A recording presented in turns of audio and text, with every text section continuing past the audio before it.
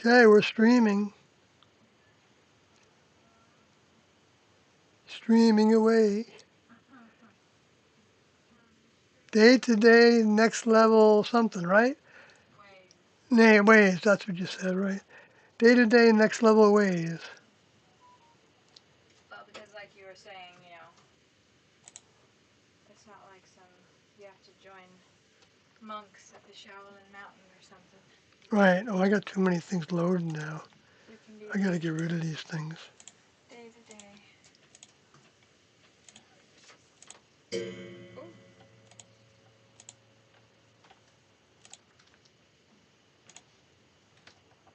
How many tabs did you have up? Huh? I don't want to know. How many I open windows? About 10. That's not too So I am sharing this with folks. bad. X and Facebook. Now, that icon, I don't know what that object is, but it was taken by NASA, as far as I know. There's been a bunch of new stuff And it's happening. like it's like a picture of something that's in the sun's corona, I think. Is that most recent one that you? Yeah, it looks. But I don't know if somebody doctored it or what. There's a lot. No, actually, I've seen other pictures like that as well, to There's a where it lot of. looks like it's something coming out of the sun from behind the sun's corona, with the disk part that they Right. I block know. out. I know. Well, people that are watching don't know.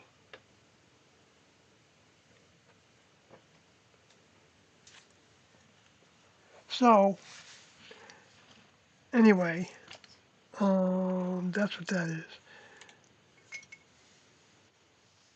And there's other pictures of that, like energy blob coming out of the sun. And that reminds me of Tiandar talking about, or Do talking mostly, I heard, about blob as if it was a blob of mind that's given to them to draw on while they're in Demon Kingdom. There's probably their mind, a big chunk of it, that they're drawing into their vehicle. Anyway, so let's see, share these.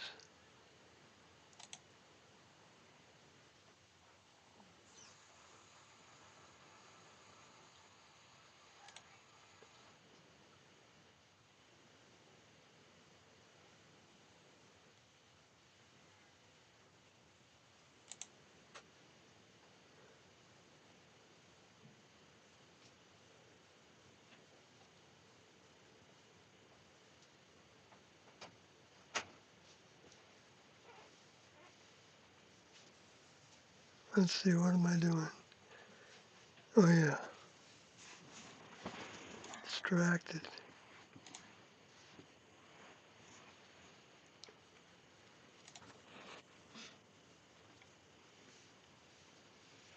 Day to day, next level ways. Talking about Tiendo and crew and their day to day lives and beliefs and practices.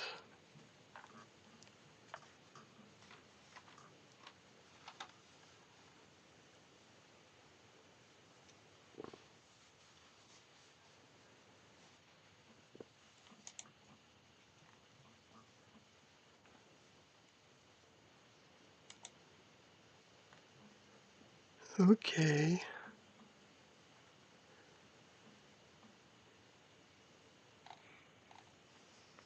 Well, are you all logged in, baby? No, I am not. XF is here, the first person in the chat.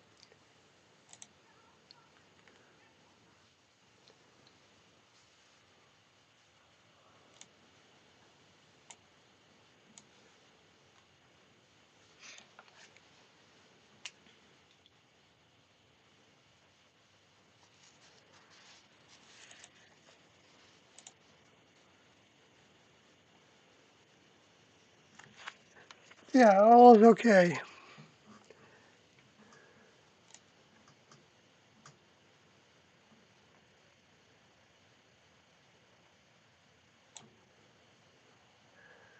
So let's see here.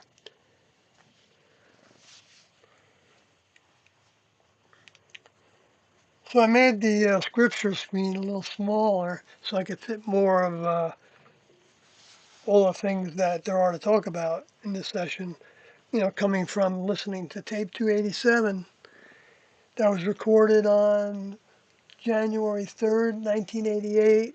And in Doe talks about that he had a New Year's resolution, and I forgot what he exactly said on that. So I have to go back and look at it later. But uh, what the resolution was, but it was, I know it had to do with moving very quickly and keeping up with his older member, which meant that the students would have to be running after him to keep up with him, not literally running, but running with their minds and overcoming their, well, some of the things were talked about when they would have jealousies among them and envies and You were there, right? yeah, I was there, right, During that among time. us, yes, and I had a certain amount of jealousies of those that seemed to get more attention from Tiendo, physically.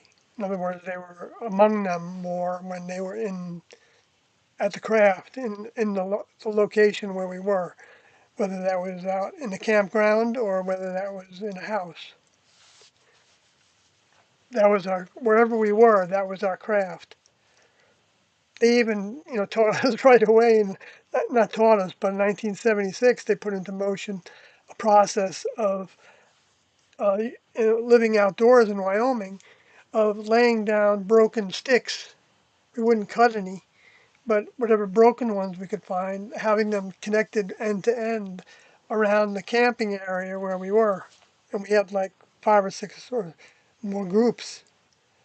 I don't know how many there was. It might have been 6 groups of students and one group of T&O with the limited, a small amount of students that were camping with them or near them.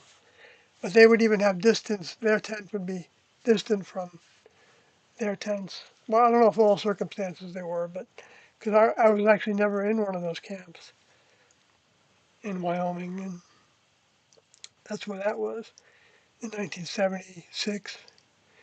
July is when we got up there. Anyway, so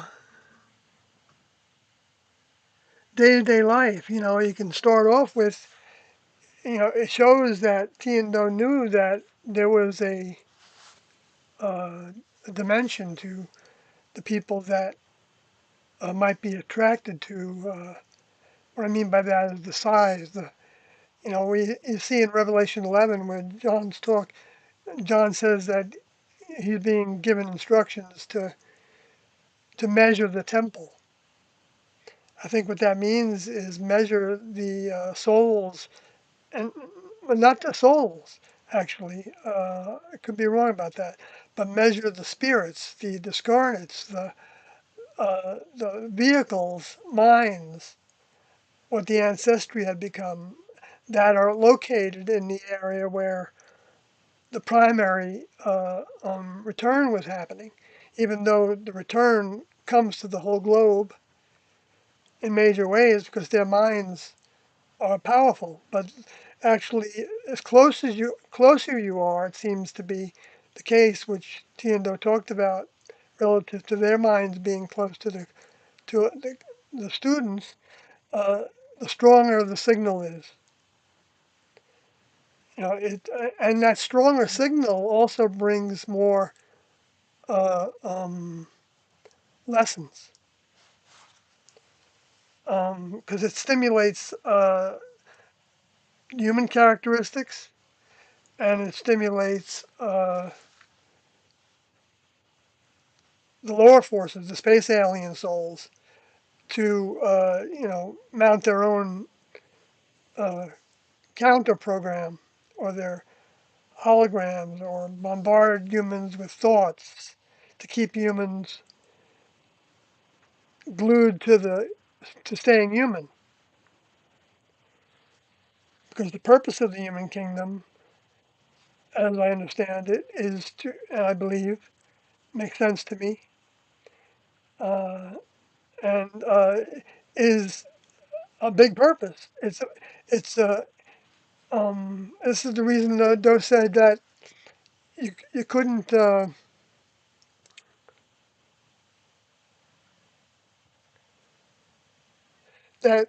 everybody couldn't join because they would be asked questions like that in 1975. What if everybody joined? And what if everybody overcame human kingdom?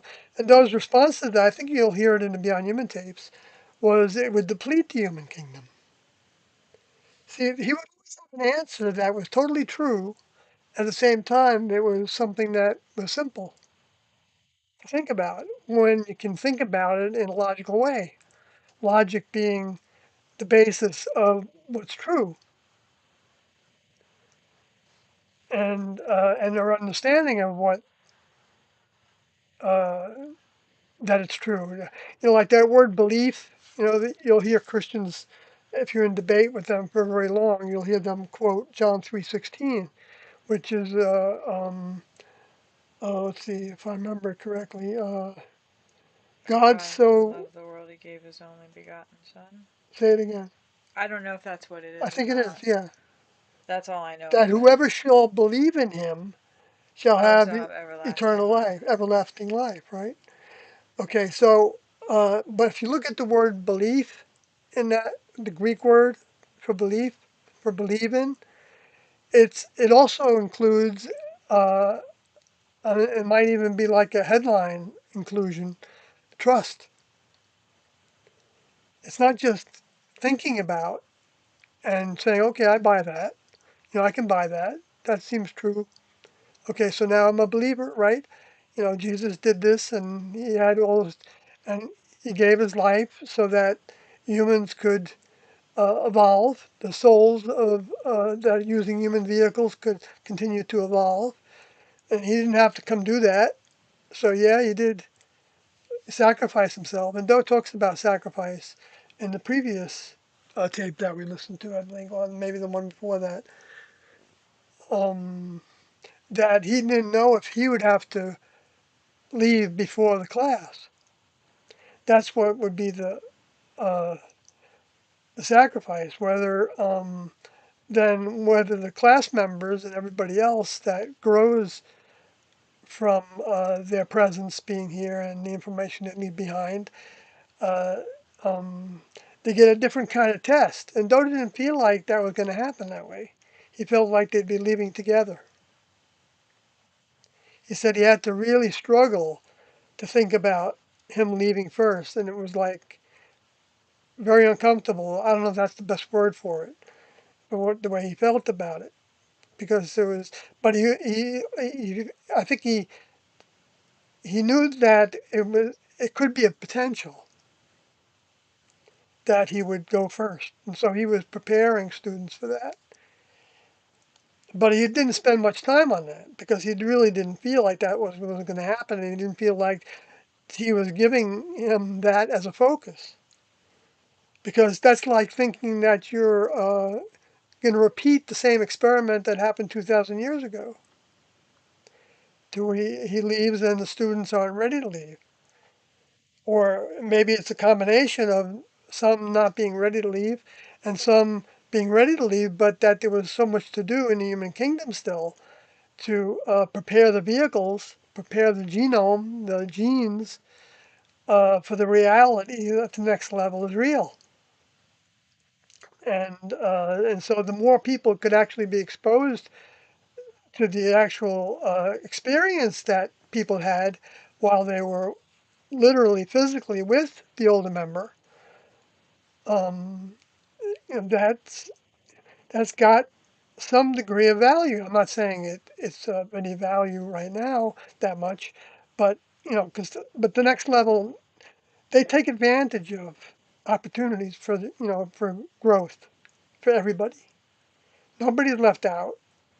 I was I was being asked a question by somebody that was from France, and he told me he'd listened to, I think, some of these streams, and he'd been interested in T and O, story or information for a while, and he has a family, and I was thinking, so that's fine, it's, uh, but learning what it is.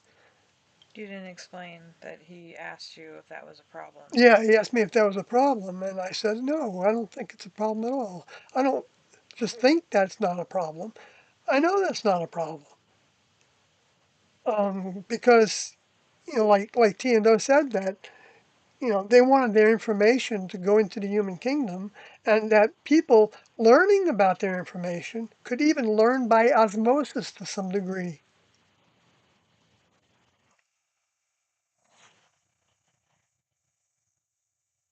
Because there's so much to learn. How many lessons do families get? They get lots of lessons.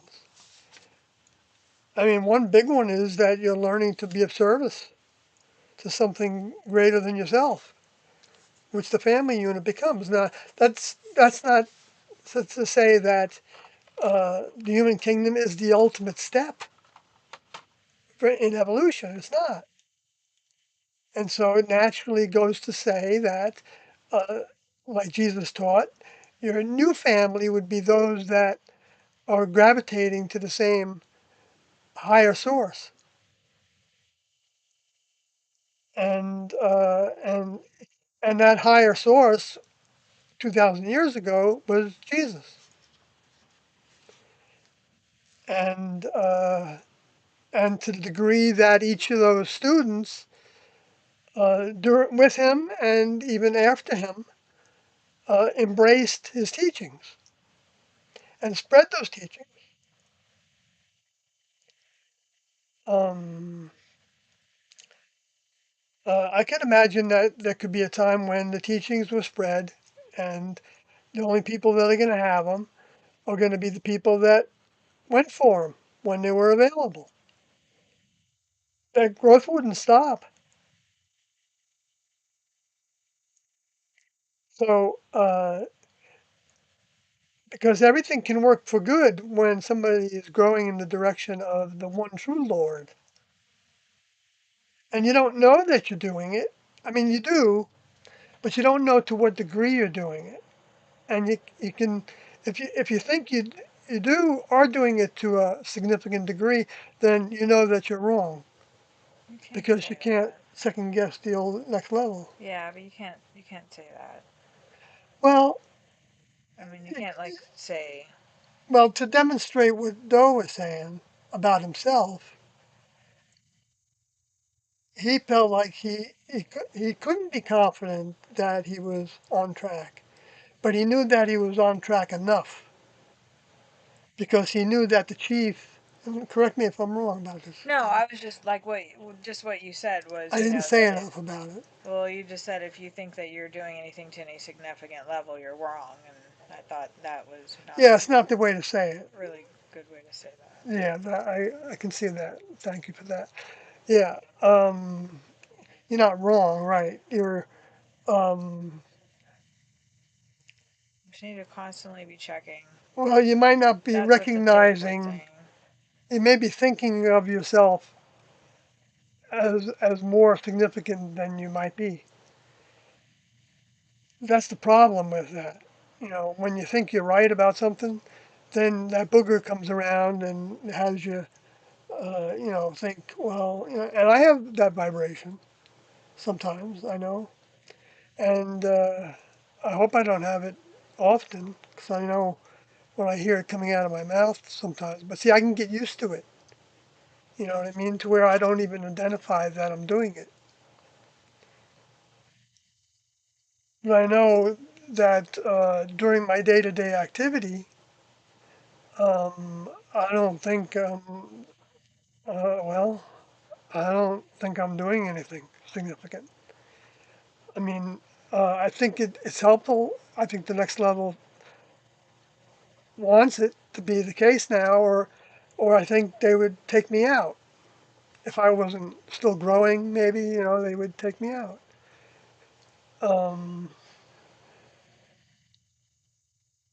Because they have taken some students out.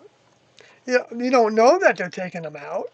Maybe that doesn't work that way. Maybe they just go down an avenue that the next level doesn't help them out of, and they leave their vehicle because of that avenue, like a health problem or you know,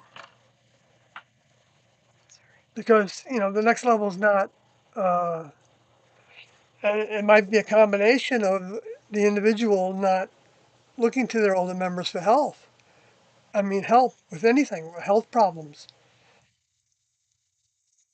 Because if we stop asking, that's the key to stopping our growth. I think that's one of the big keys, probably the biggest one. Um, Asking to know, which means wanting to know more about their minds, how they worked, why they did what they did, what they said, of course, is the biggest part of it.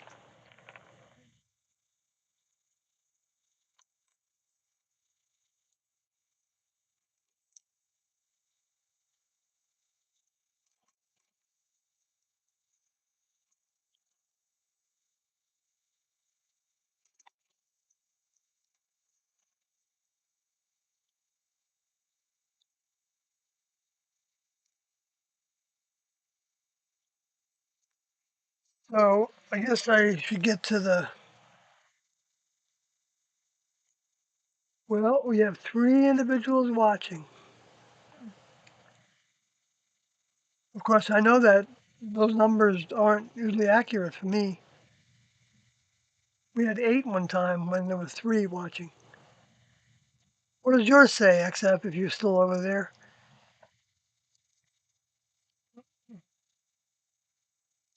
How many people are watching?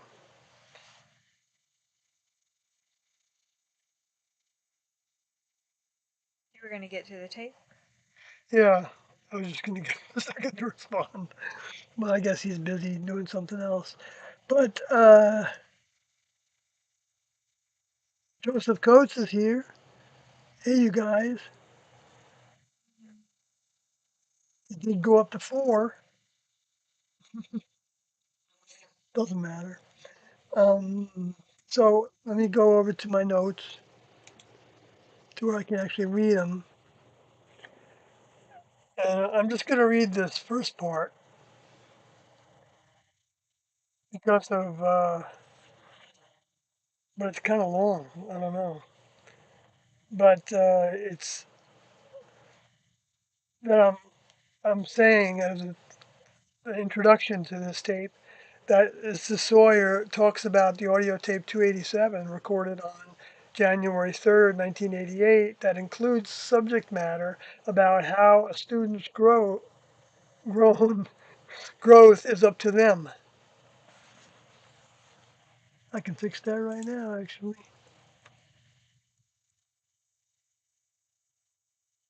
There's some talk about the kind of consuming they were doing and a new diet they were experimenting with. And it talks about task priorities. When a student member of the next level in that classroom with their older members would choose not to watch an optional movie, but also how to check with their older member on that priority. And it talked about those New Year's resolutions and how when the current task is over, referring to and your mind soul is back in the next level, in the next level vehicle on a spacecraft. He didn't say all that. I'm just describing the context. If you haven't learned control, nobody will correct you. Talks about being sincere when asking for help. Talks about Soyoti, which is me, Sawyer, and Parkody being procedure helpers for Southcraft, and in particular for Song Odie and Alex Odie at that moment. I remember that, sitting with Song Odie. I don't know if Park Odie was always there then, because it seemed like I was by myself sometimes. Wasn't that right before he left? Yeah, it might have been pretty close to when he left. I don't remember the exact year of that. I thought you mentioned that you were partnered with him partially to Yeah. try to help him I don't get think past. Procody I was partnering with that I knew about Oh, to I try thought. to help him. Oh, I thought that. Authority I was partnering with to try to help him, and Oh, Habody I was. Oh, that's I was. and Destody. I didn't know about Destody. I just knew. I thought I. Yeah, never mind. Anyway. Not that I was a helper, and I mean, I just got the task. Didn't mean that I was good at the task. Didn't mean that I deserved the task, except to the degree that my older member felt like it was something that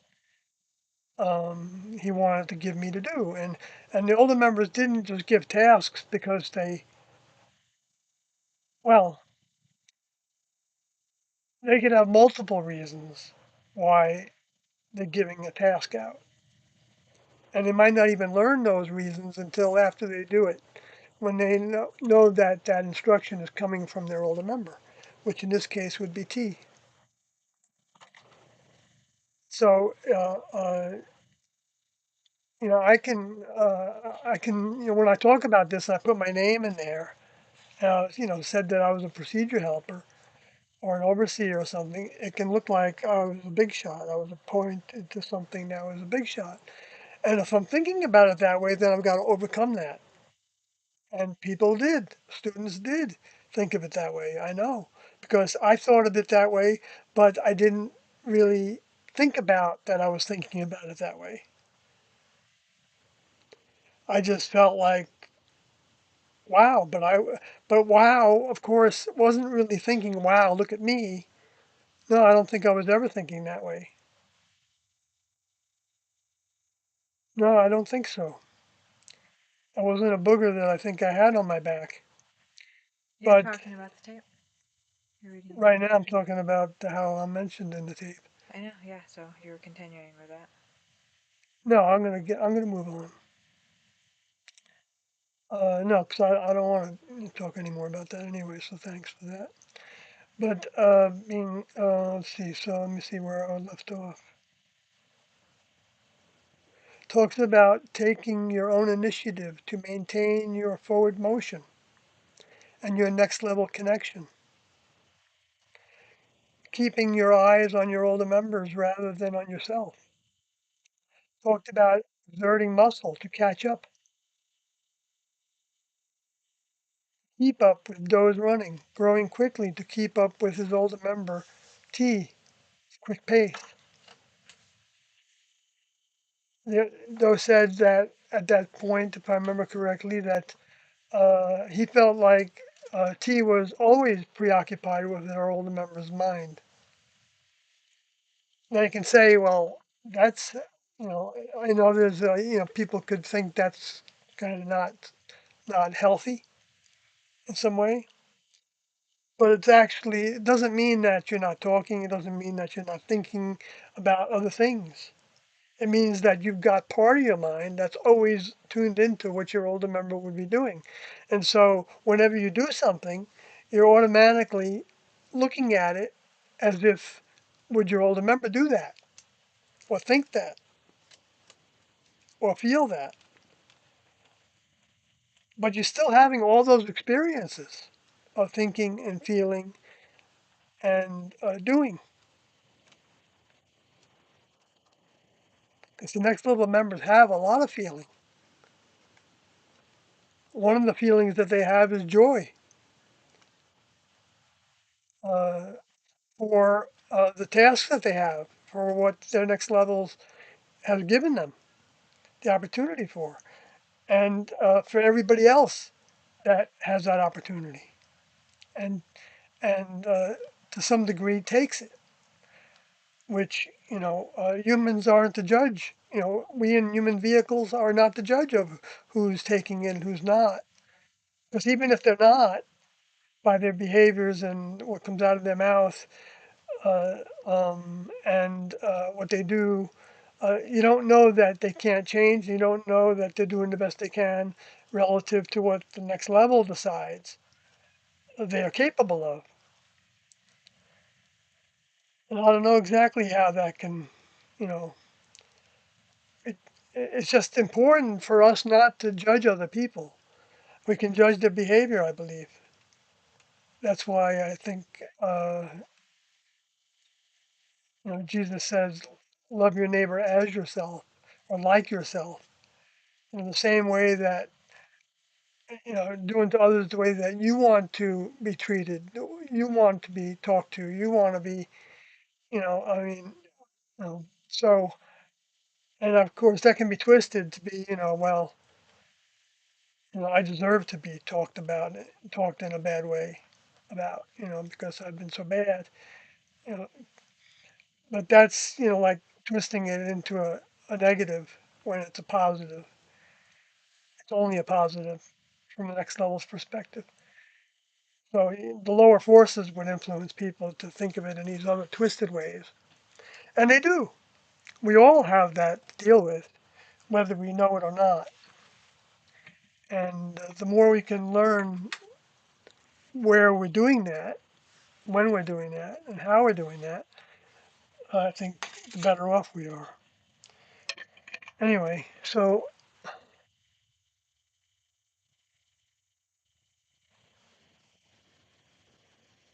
let's see. I guess I read that statement. So I'll just leave that on the screen in case somebody else comes into the stream and wants to read it. I see in the chat. Oh, except for four individuals in the stream. Now he sees six. Guys, we keep on growing exponentially by twos, right?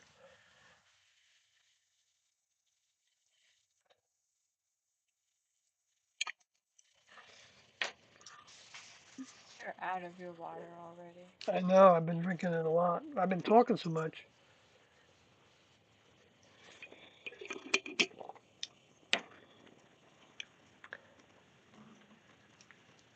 So, with that said, since there's nothing happening in the chat on your minds, I'll go. I mean, yeah, I am in the tape. I've been I was talking gonna about say the that's tape, a lot of tape to talk but about. there's a lot of parts to this that those words describe that are really interesting. And I'll just start with, Doe comes into it saying that he's got a bunch of things to talk about. And then he talks about food because he wanted to get it out of the way and all kinds of different consuming changes and ways of thinking about it. And it was actually, it's actually good to hear this. And I could see people, recognizing it as one of the ways that Doe didn't like, so like a former member, I'm not going to say who, accused Doe of becoming more controlling after T left. I think that were the words that were used. And and I tried to, talk about that probably in the critique that I did on the Cult of Cults um, documentary. But I think this is a good example of how we were on, like with T, we were on like what's considered to be dietary programs for health. Okay, and basically starting with like Pritikin, I believe, with limited amounts of flesh foods, very limited amounts, like twice a week, like at one or different two different meals, like bacon with eggs once a week, or like something like that. And then so then it evolved after T left. Doe felt like he got instructions to explore what he ended up exploring, which ended up being the mucusless diet from Dr. John Christopher of the, what's the name of that again? The School for Natural Healing. That's I located believe, in yeah, that's Utah that Kathy and I visited Salt Lake City. in Salt Lake City, Utah. Yeah. And who ended up buying the book, A Transfiguration Diet. that Doe and the crew wrote while I was in the crew. So I was one of the willing and eager guinea pigs of that the whole dietary program that we went through for years and years and years. Changes, changes all the time, and trying this and trying that. So um, anyway, so when Doe talks about it here, but see, there were a lot of things that we didn't have options, so many options then on how to consume and when to consume and what to consume. I mean, but everybody had a chance to talk about it with Doe through their notes if they were having a problem with it and it was creating certain conditions in their bodies and but they were trying to be very generic all the time with T. T was more in charge of that department. Let me put it that way, in the classroom, like in the lab, and both labs, the yeast lab and the neutral lab, and uh, and the fiber lab actually too. And so so Doe said that he didn't need to go through that all those dietary changes that were happening. Um, and she had gotten to the point because her vehicle was getting sick for quite a while, that she would sometimes only want to eat tea and toast. I don't even know. I think she had even dry toast. Anyway, so yeah,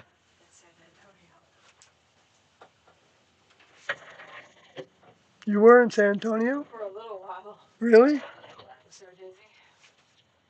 Oh yeah, I was all jacked up. yeah.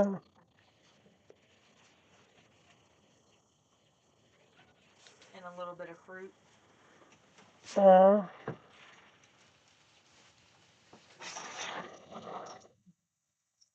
so so then you see the step here in 1988 was after a couple of years of that, and but it was in the midst of it as well. And so, but they were having spaghetti sometimes, and they had the option. We were Yeah, we were having spaghetti sometimes, and baked potatoes. You had a choice of like for one meal was like a heavy protein meal that would be like spaghetti with some sauce, and baked potatoes with the same sauce actually was part of the routine there. Oh yeah, that was interesting. The spaghetti sauce on the baked potato. Hmm.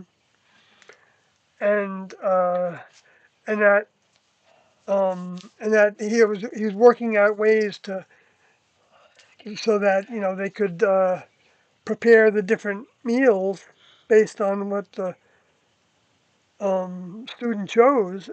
I guess we called in. I don't remember what happened at my Atticraft task because um, I think I missed consuming for the third experiment, the late night experiment. Like 5 o'clock, 6 o'clock, whatever the time was, because I had to go to my Atticraft task, which was a country club, and so, to work for the evening shift, the dinner shift.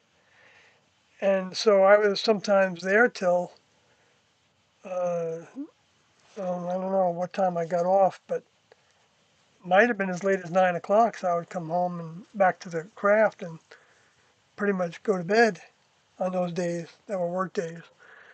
And so I don't remember how I told them whether I wanted baked potatoes or spaghetti. But I think I don't know. They worked something out for it, so that the lab could actually be ready to do either. So they would make. That's what they did. They made the potatoes ahead of time because they can keep really well, like wrapped in foil and stuff individually. So which I don't know if they did that. 'Cause I wasn't in the lab that much, so there's certain things that I just didn't have experience with.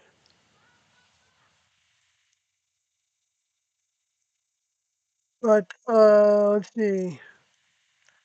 So that's that part.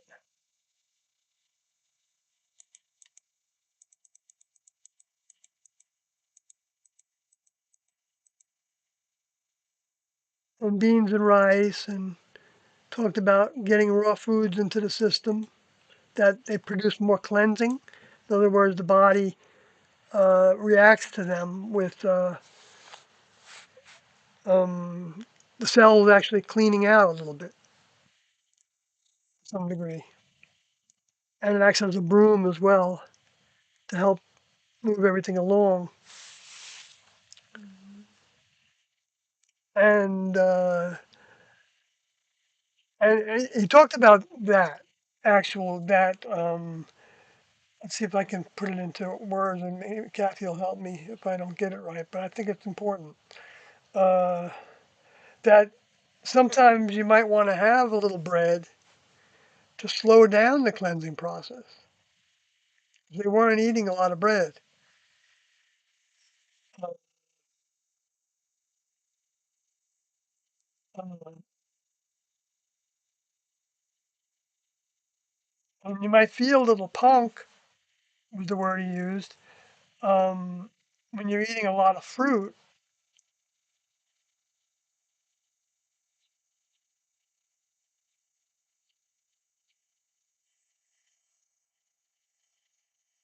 and vegetables, and that signal of cleansing that you get from it, which is the the way your brain can be foggy. Well, my brain's always foggy, but no, that might not be true, Yeah, uh, I would say that's true. but you can feel droopy, is what he was saying, and it can make you feel weak. So you're getting more nutrition for a period of time. Uh, um, but during times, people don't have that kind of a cleansing diet, uh, um, they're kind of what is the word he used?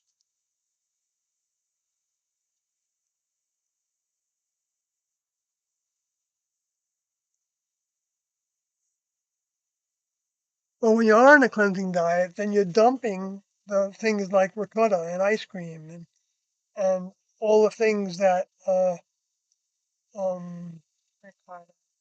yeah, cheese, I think, right? That's what he said, right? Ricotta. Ricotta. How did I say it? I don't know. Sounded strange. Cody. Mm.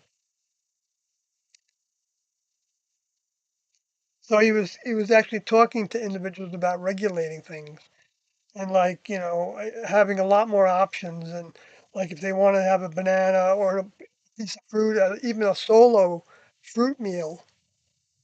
I think for their first experiment, the morning experiment, then they would like I think um, Were you involved in first experiment? we would choose to have only like the most five of that fruit. But I think bananas were considered to be uh, slowing down the cleansing process. But it also is good because it actually, if I remember correctly, it it gives you more sustained energy because it's less water than the watery fruits. And he was talking about combinations as well. And I'm not going to go into it any further. I encourage people to hear it. So and he talked about Walker. I forgot his first name. Something Walker. And he's the one that wrote a book about juice fasting, Mm. if I remember correctly. and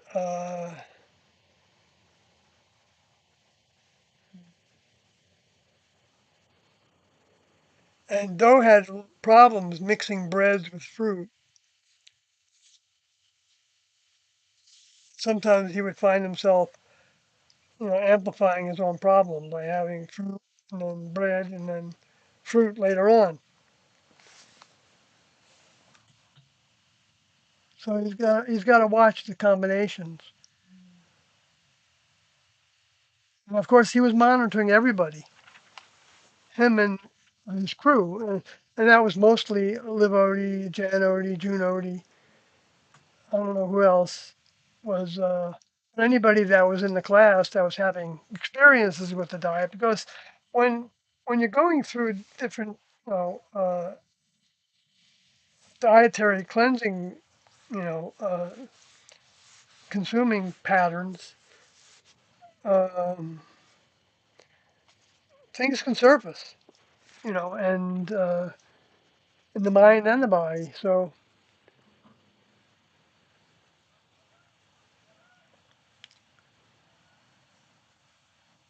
because different foods stimulate different hormones and even and so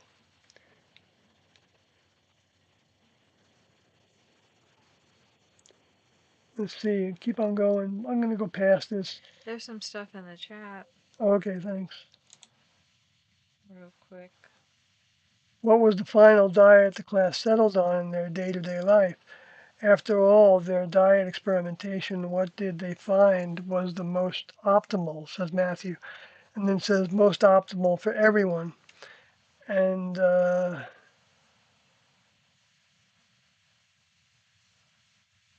um,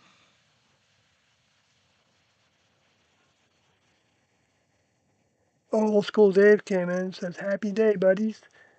Thank you. Happy. Yep. Um, Mhm. so, uh, well, the final diet, I wasn't there for the final diet. That's the short answer. Um, But up until 1994. but up till 1994, and I do know that after I left, um, Doe took the class through a mini uh, um, Acceleration of weight. yeah, it was a mini acceleration of everything they went through, or the key things that they went through. So I imagine, I think they fasted on the Burroughs cleanser, and which is the 8 ounces of water with an ounce of lemon juice and an ounce of grade B, if you can find it, or C, mineral um, maple syrup, and a pinch of cayenne pepper. And then if you're losing weight too fast on that diet, then adding some maple syrup to it was what Doe did. Anyways, that was, a diet that they experimented again with, I believe, in those days. I don't know if Carl Lodi was there for that diet.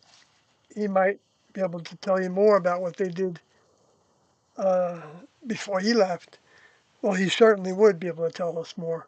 He was there in 1994 as well. Yes. And so,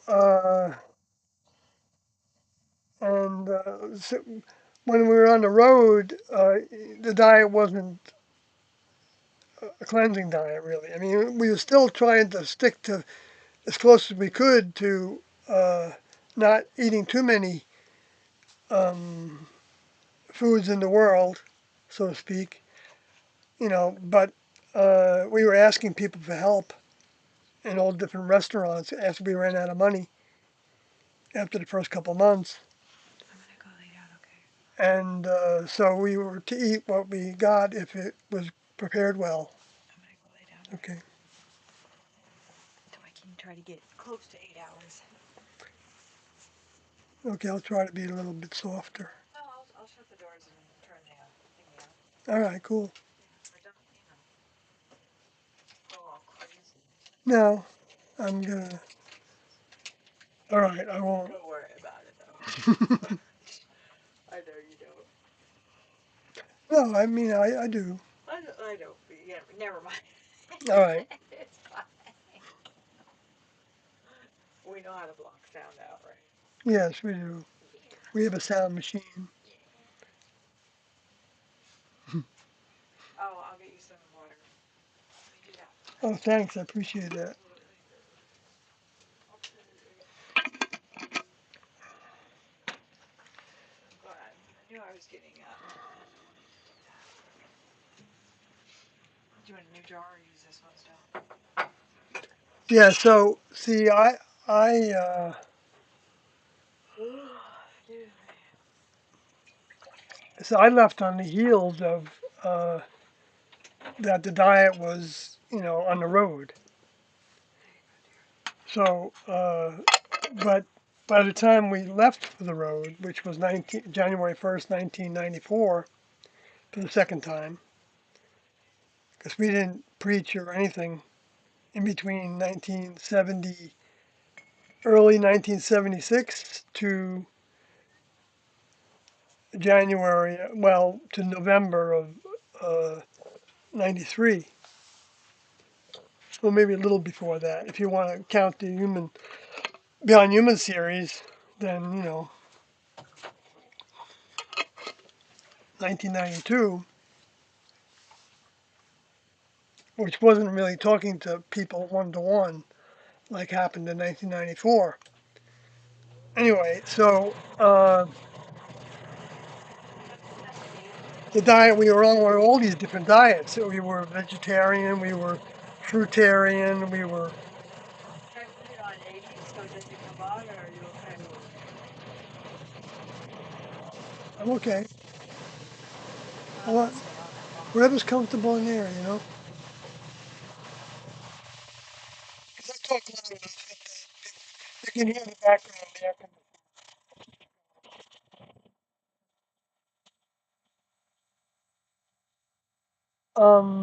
So, so all I can say, I guess, is that, all the different diets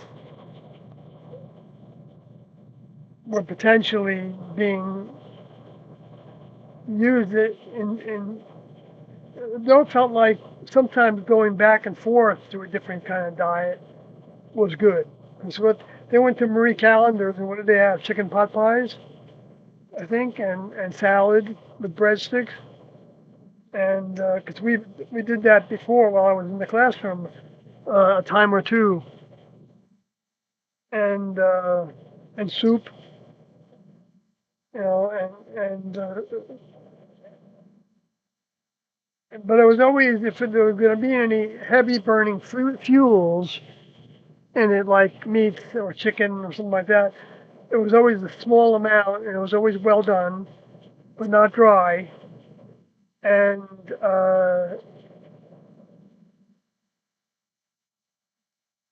so, like Jesus said, it didn't really matter what you put in your mouth; it's what comes out your mouth that's most important.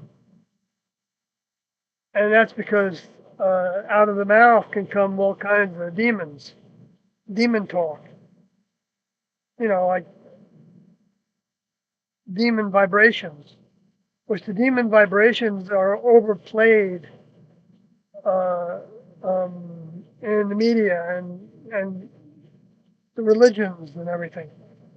To mean only a certain amount of things that are demonic.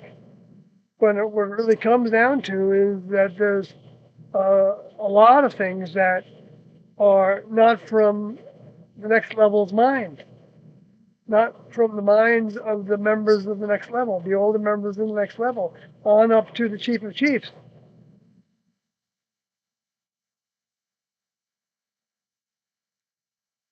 Um, they are an organization, and they are learning all the time about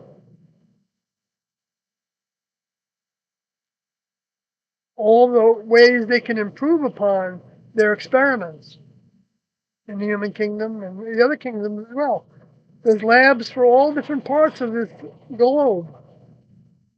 operations on this globe, there's labs in charge of it. Weather, geography. If humans can label it, then potentially it's part of a lab in the next level. I'm saying potentially because I don't know that humans haven't distorted a lot of things and, made them into a study that the next level could care less about. Like one of the things that Doe felt in 1974 or 5 was that trying to save species that were dying off wasn't the business of humans. That there was natural ways that things like that happened.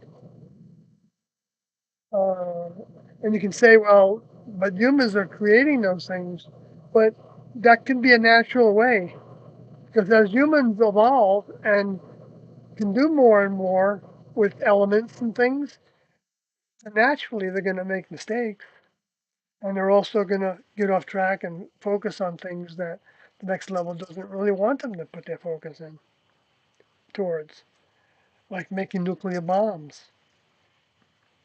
But to use enriched uranium isn't a negative unless they don't learn how to keep the toxins away from the biological sources of life, like water and stuff.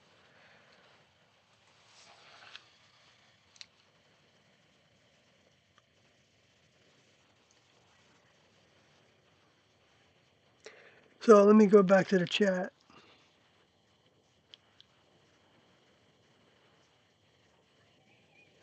Right, so one diet might be optimal for one person and not optimal for another person. And there probably are some general guidelines, and many of them you can find in the nutritional health literature. But you have to go beyond what the mainstream, the what's being taught, unless they're teaching some of the new ways now.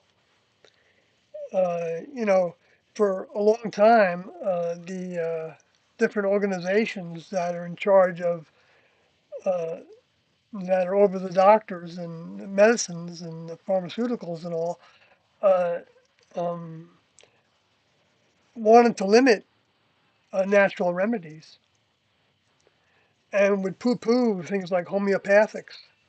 I know, I experienced hearing that from doctors and nurses when I was taking my daughter to a doctor or a nurse here and there. And I would talk to them, or the other things, aspects to this, and that's whenever somebody's trying to keep you away from something, it's one thing to tell you about the ramifications of some choices and the negative effects of some choices that they learn. But it's another thing to tell you that you can't use those choices that weren't given to other humans to regulate. Um, I think that some regulations are good, but I think the overall characteristic of regulating people, humans regulating other humans, is not from the next level because they don't uh, tell people what to do. They show people the ideas and the thoughts of better behaviors and ways. They give people ideas in those regards. And they know that humans are going to have experiences if they're asking in some way for help to solve a problem with nutrition or health or whatever it is, that they offer ideas um, that a lot of times come through other people. And the other people don't even necessarily know that it's coming through them. And when it comes through somebody else, it comes with a little bit of a tag. I think. I could be wrong about this. But that tag says says this is uh, coming from the next level because you asked. And so I think there is, um, and I don't, um,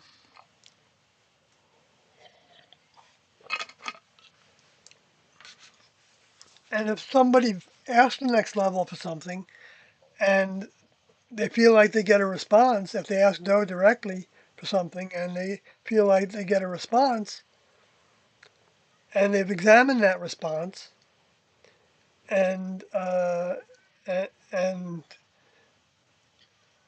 want to want to think about whether they've got the right interpretation or not, which to me would be part of the seek and search that Doe and T talked about right from the beginning, using their feeler for what uh, what has a positive, what you can see as being a positive about it.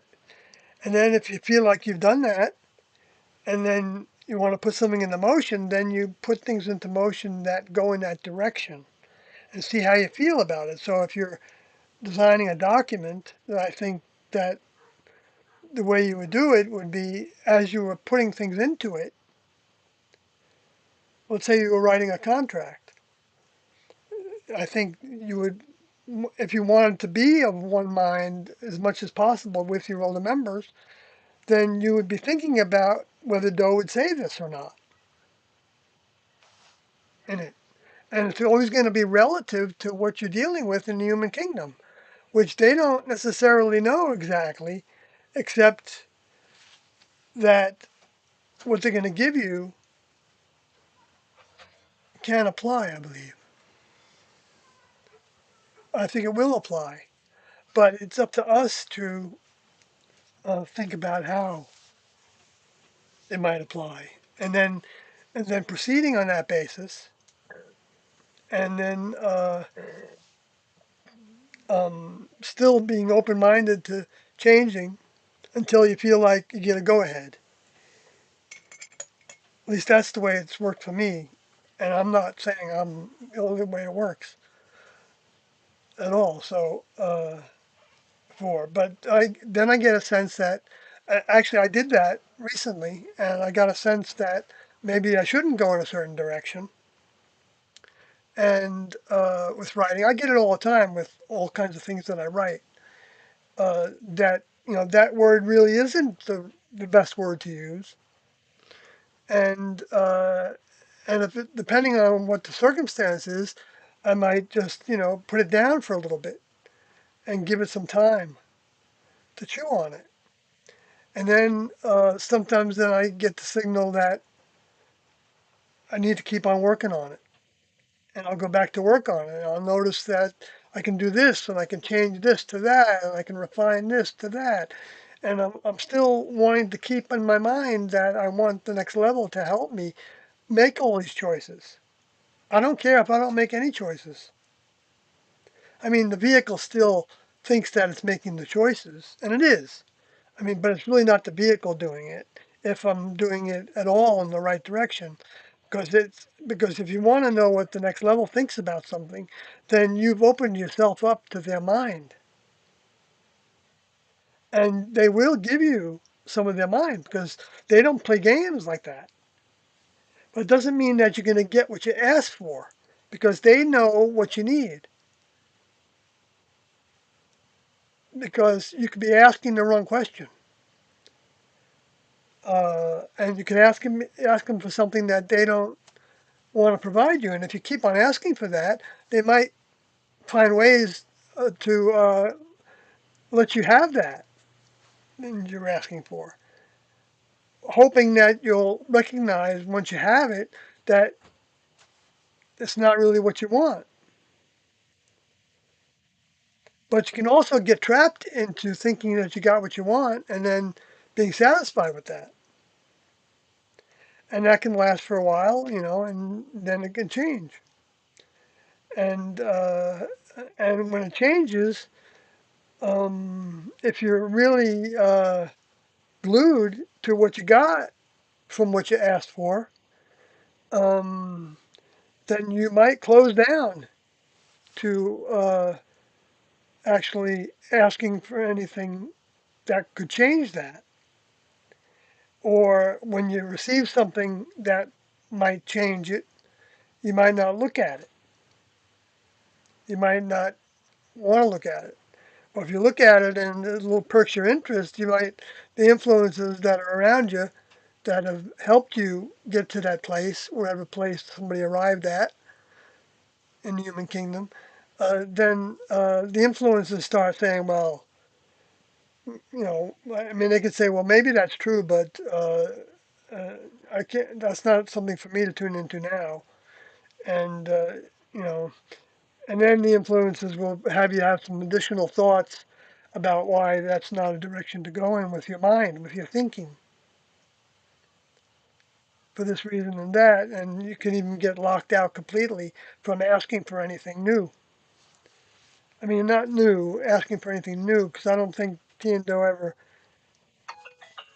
I mean, in a sense, they were giving us the way that a member of the next level wants further growth, and so they could be asking for further growth opportunities, lesson opportunities, and and so, but um,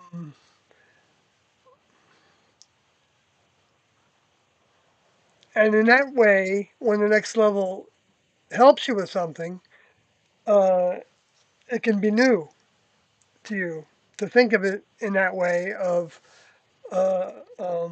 addressing or overcoming that characteristic. So it builds sensitivity when we do this. And I'm not saying I'm any kind of a accomplished person for doing this process. Um, I think there's certain characteristics that I have that are developed in that regard, and there's certain ones that I don't. And and it's not for me to judge. It's any of us to judge, even ourselves, except that we know that the next level way is to keep on keeping on, seeking their mind and applying it in our lives in the degrees that we choose to. And of course, with the intention of applying everything and at least knowing that's the way that the next level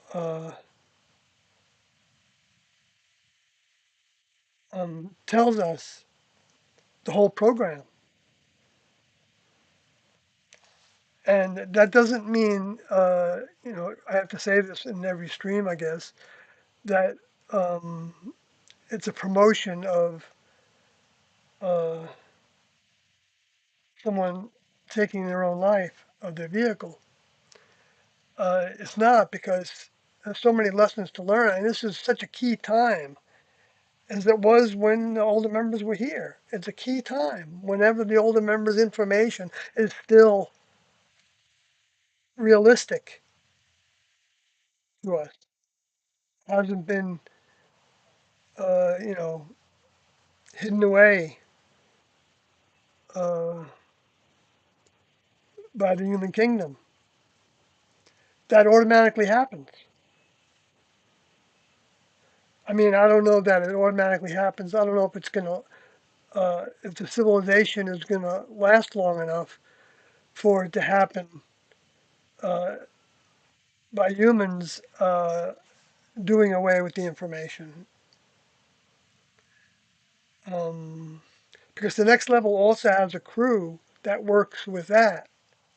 And so if they want the information to last for a while or they want to use it in the future, then humans that are asking for service might have ideas about what to do with the information when they have it. if they're asking the next level for those ideas. And even if they're not, they may feel like they want to preserve it in some way.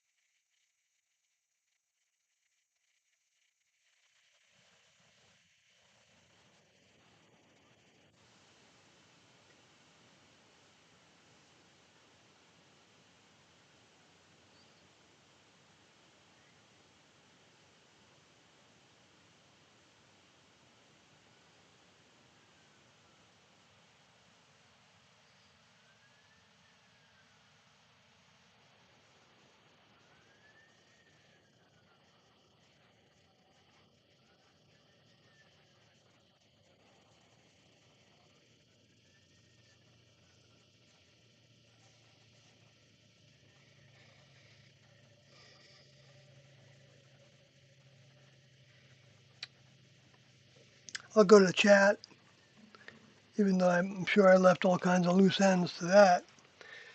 I hope that some of that made some sense.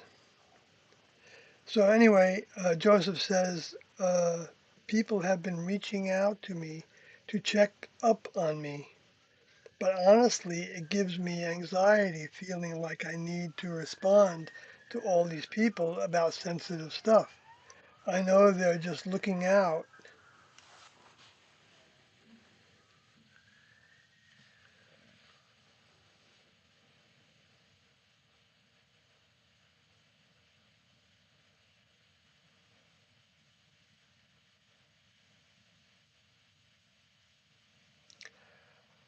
And the best advice I can give you is to take that to Doe. Ask him how to handle specific circumstances, even with specific individuals.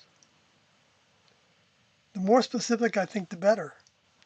I don't think there's like a carte blanche way of, oh, I mean, there could be to some degree, um, but I don't think I don't think the sensitive stuff.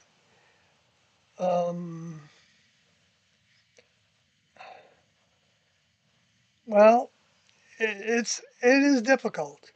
I'm not gonna lie and say that it's not difficult. It's automatically difficult, and that's why they say there's consequences to standing for T and no. In the away team document, Juno he talks about that. So there are difficulties that come with it, but the member of the next level, student member that can be in this live stream or not, that are looking to T and O's mind more and more, they can help you with that. And to one individual, they may have you say nothing. To another individual, they might, you know, depends on what they're asking for. If they're not asking you for certain things, don't offer it. That's another guideline. Because everybody's not ready for the same um, information at the same time. I'm not ready for the same information as some of my class were ready for. Okay. Um, I mean, I proved that. That's why I'm here.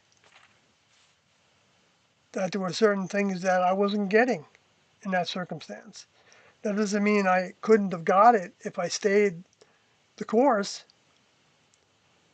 but I didn't. And anyway, uh,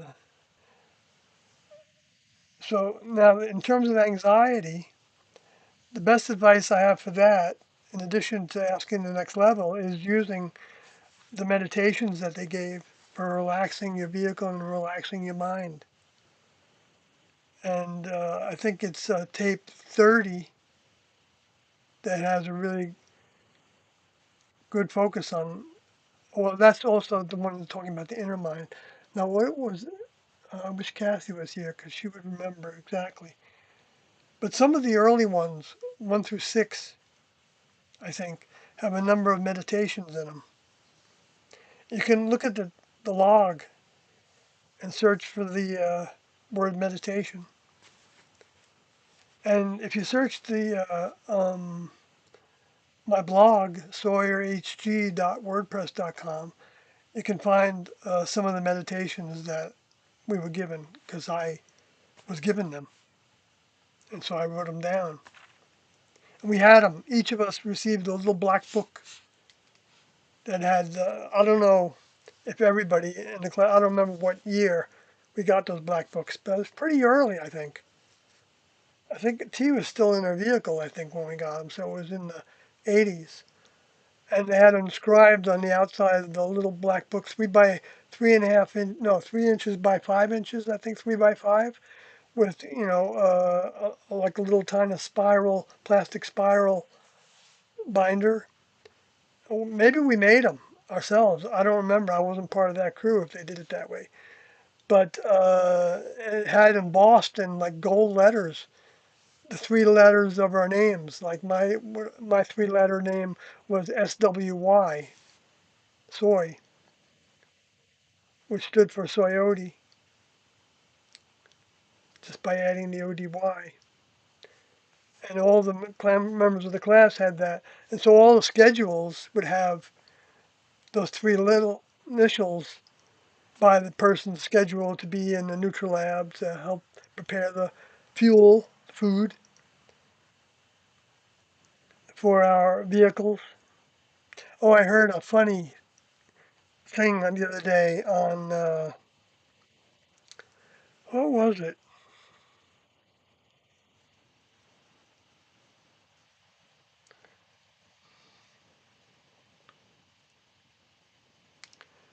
It was some talk show host or something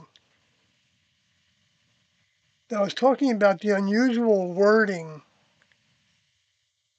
that somebody had. I'm remembering what this is, but I don't really want to get into the subject. Um,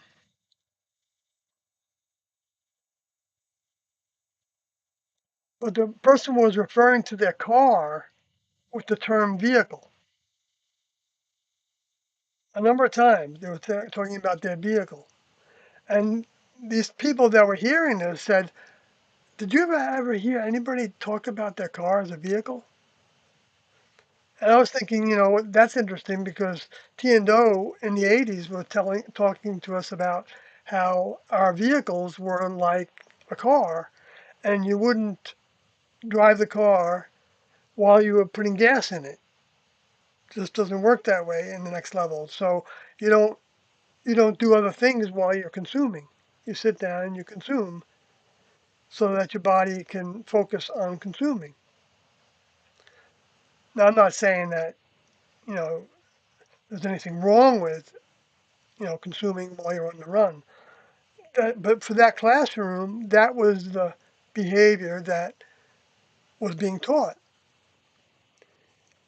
And so, um, and I don't doubt that it's probably much better for the body in its production of enzymes that its energy is going towards that instead of towards making the legs work and the arms work, and which doesn't seem like it takes a lot, but it all takes energy. So I can look at it that way. And to produce the hormones and enzymes that it needs in order to digest the foods. So anyway, that's a little side thing to that. That was interesting to me. But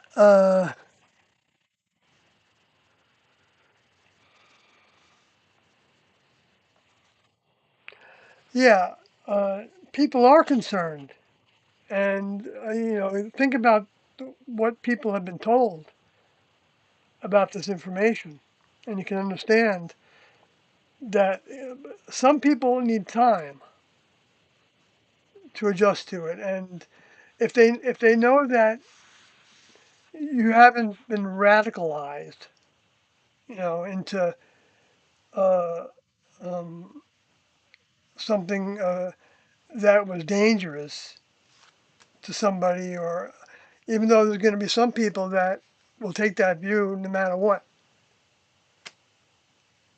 and all you can do is tell them that there's no evidence of that in your life or anybody else's life, and you're not promoting anything that is dangerous to anybody else. And the real reasons for that, which is going to be a challenge for some people to grasp, because a lot of people in the human kingdom, maybe I don't know, maybe it's not a lot, don't really get the reality of the entity that's called a soul existing over multiple lifetimes. Even if you want to think about it as reincarnation, even though it's not an accurate way of thinking about it, because there's nothing automatic about it, except in the context of how when somebody dies and they're in the spirit world with their mind, that's adding to their influence on other people, is adding to what they were into. And so if they find a human vehicle that will do the things that they want to do, then they're not really incarnating, but for all intents and purposes, they are controlling the vehicle to some degree during those times that they're time sharing with the vehicle. So,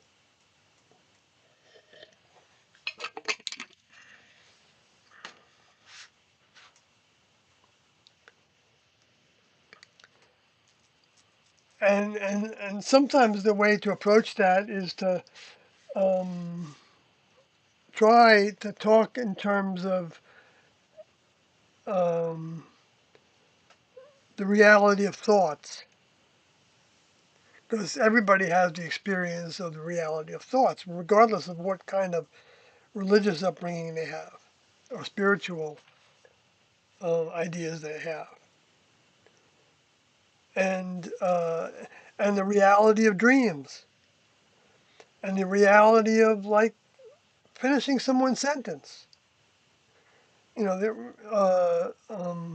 As all being clues that there's something happening invisibly, and how it even compares to computer systems.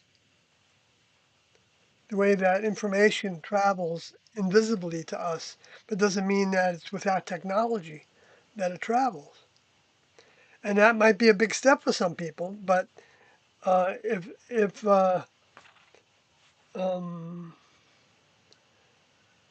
uh, but there's been a lot of evidence of what I'm saying, so that can make sense to some people, I think. And then they're gonna have to sit with it, or maybe they'll get it right away. Say, oh, okay, because that happens too. Or they might sit with it. They might talk to you again about it. They may talk to someone else about it, and and you know,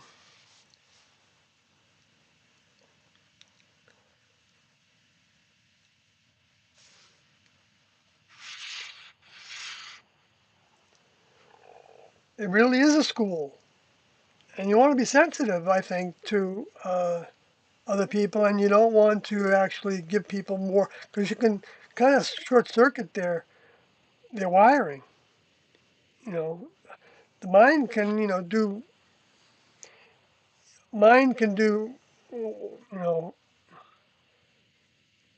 crazy things with a human vehicle, especially if it's a mind that's more powerful than uh, another mind. It can influence an individual to do things that they would never think of doing, but they start to entertain it in their minds, and all of a sudden, then it becomes more acceptable to take certain actions. And then after they have that, they take certain actions, uh, that influence can leave them, and they can be left hanging holding the bag, and not understanding what happened, and or they could even think that it was justified if they did something, like shot somebody, is my example. That's a vehicle being used by a lower force, because the next level doesn't do things like that. And so they were taken over, and they were probably listening to the thoughts of that influence for a while, but it doesn't have to be a long time.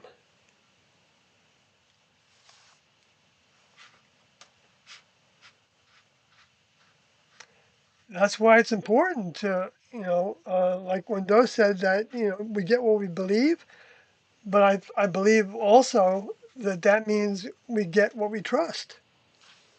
So if we trust, you know, this lab in that's making certain medicines, then, I'm not saying that there aren't good medicines. I believe there are. Um, but but if we have blanket trust, um, you're going to be, I think, you're going to be faced, I believe, with reasons to not have blanket trust. Because the only blanket trust at the next level hopes for humans to have is blanket trust in them, their minds, because they are the only ones that are 100% trustworthy, because they don't have any interest in anybody unless their older members give them a task to help somebody that's asking for help in the human kingdom,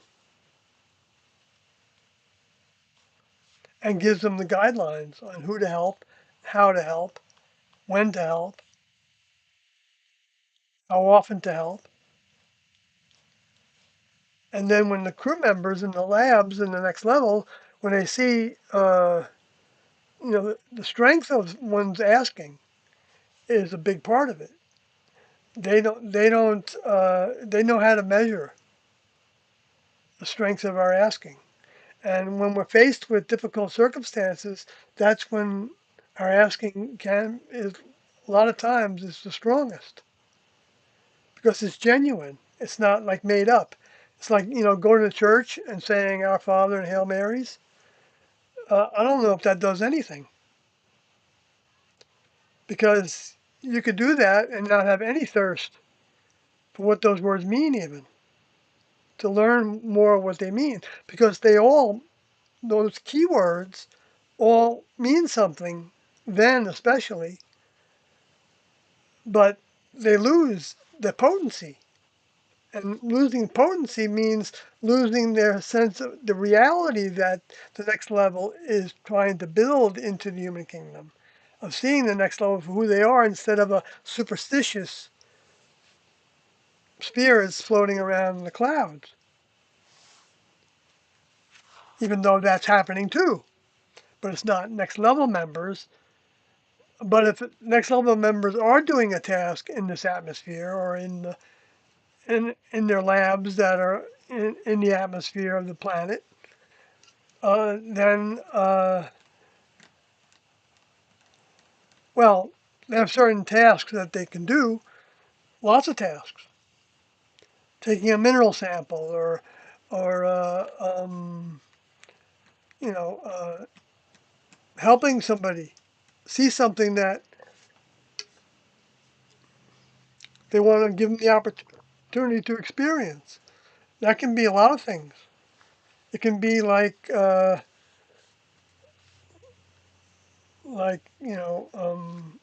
feeling like you saw a spirit, and you got a thought with it, and you even got a vibration with it, and you can learn that there's different thoughts and vibrations that come with different things that are unseen. And if it feels bad, then it is, and get rid of it, and don't pay any attention to it. Blot out the words that represent it, because they don't do you any good.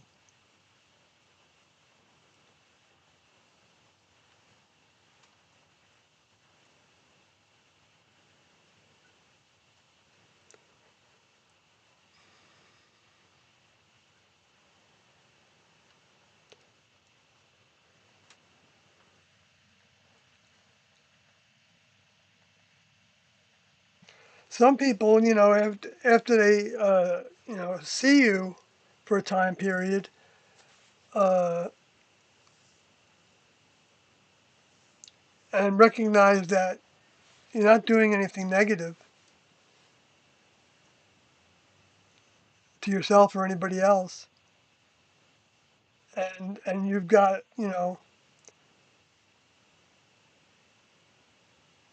you've gotten filled with more of your older member's mind, which takes into it also sensitivity on who to give it to, when, and how much. So I don't know if I've helped you with any of that, but I don't know. I hope that can help. So Finch says, "Hey Sawyer and Kathy and all, was looking forward to hearing new information. Was in jail since early July, so 78 days without seeing you, but thought of y'all and T and Do often, and my class went okay. My case went okay. Well, I'm glad your case went well. Went okay anyway. And yeah, I've been wondering about you, how you were doing, and yeah, I'm not sure I'm giving new information. I mean, I don't want to give any new information. I know what you mean by that. I'm not criticizing you for it, but I just want people to know, in general, that um, uh, what I'm trying to do is share uh, from the 19 years experience I had with T and Do, and bringing it up to date with listening to the tapes. And so every time I talk about the tapes, and Kathy and I listen to the tapes and then talk about them, um, uh, there's more awareness. It's like, shaking me up and saying, yeah, this is the truth. This is what's real. And I can see why now. While I was listening to these things, I didn't have hardly a clue. I was putting my effort out as much as I could, I thought, and I don't doubt that I was doing okay with that. But I think I was also a little too satisfied with myself. And T talked about that, and I didn't even know she was talking about that relative to me at the time, while T was still in her vehicle before she left. Anyway, uh, so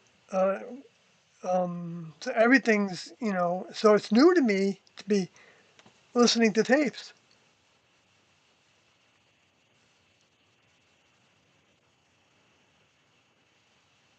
and talking about them, because you can see me for years and years and years. I would talk about stuff, but it was all from memory for the most part, except when I would actually do projects of, critiquing, documents and things they said, and talking about what they, like the Beyond Human tapes and things. So that's what I was doing. I was listening to them then, and I was listening to audio tapes as well and talking about them too. But now it's more accelerated. Sometimes, we'll listen to a tape every day or part of a tape.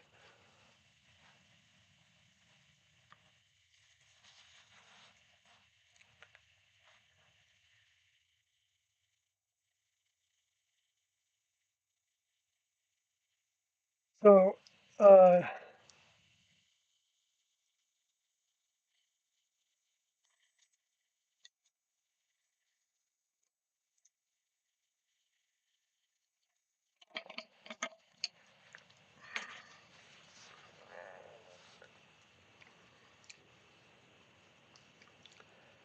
Finch, I wonder if you helped anybody in the clink.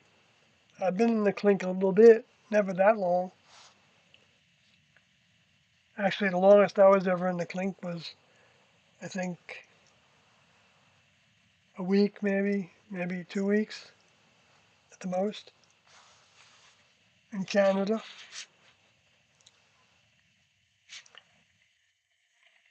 Well, since I'm saying that, because I didn't get the proper documentation to live there, so I was an illegal immigrant, so they deported me,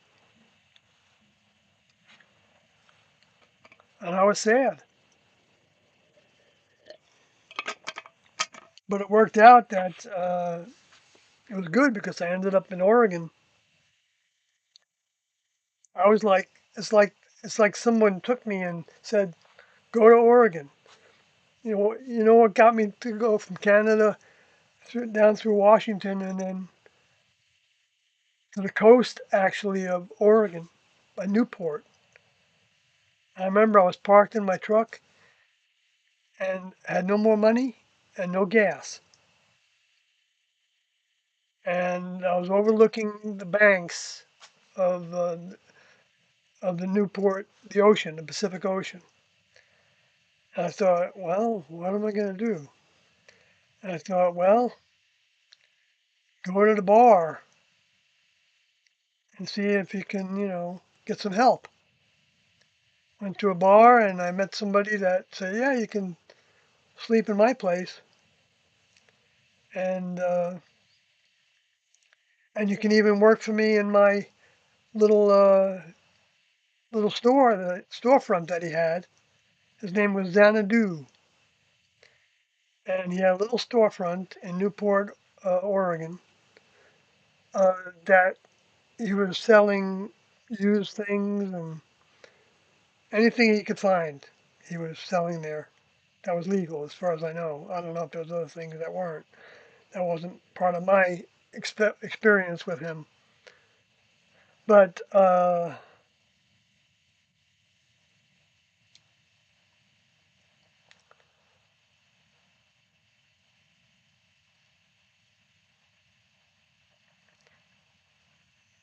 so I think I was, one of the best things that could happen to me because I wanted to live in the mountains, away from everybody, homesteading. If I was going to eat meat, I wanted to hunt it, and I did want to eat some meat. So I did try to hunt, and I was terrible at it. I'm glad because I don't really want to take the life of an animal, except for the way that we automatically do that when we're buying the food from the grocery store. So it's not like that's a wrong thing. It's not a wrong thing. And I think it's even not a wrong thing to not want to do the act of getting that for yourself. Um, and there are ways that can be done more humanely, or more in a more of a caring way. But the next level knows that humans are gonna, you know, I don't think it was wrong for humans to start, even though it was given to them after the flood, I believe. The dietary change was given to include flesh foods. That's the way, if I remember it correctly. And I'm not going to go through that anymore. So, let me see what Matthew is saying. Matthew says maple syrup and cayenne pepper have a lot of health benefits. I need to incorporate those into my day-to-day life. Yeah, the cayenne, be very careful with cayenne. It does, uh, can stimulate your heart in some people, sometimes, I guess, to beat a little faster, maybe. There's a range of the heart beating that I think is considered to be healthy for somebody. Like when you're running, your heartbeat is greater, and that's not a negative thing necessarily, but you can overdo it. So it's not just changing of the heartbeat that would be a problem with, but it can also kind of, um, well, the way it burns the mouth. Well, it can also burn the throat and burn the stomach lining, and I don't know about the intestines if it can get down there and still have that. Well, I think it does because it actually stimulates the bowel movements. I think, at least for me. But that's because I also drink it with a lot of water, and that was the design.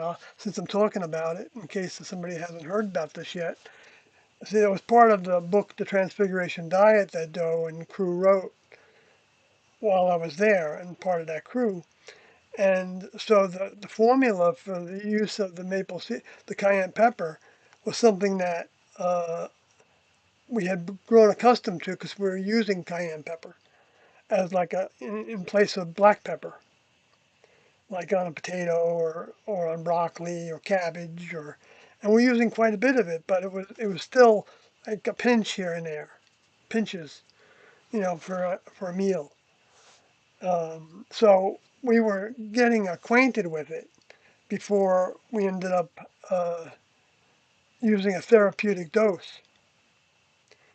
And the therapeutic dose was that we started with like a quarter teaspoon, if I remember correctly, and and then we would put that with um, the way that Doe said it. I think in the Transfiguration Diet book was like 6 to 8 ounces of water, if I remember it right, and then drink that down, and you do it on an empty stomach, and then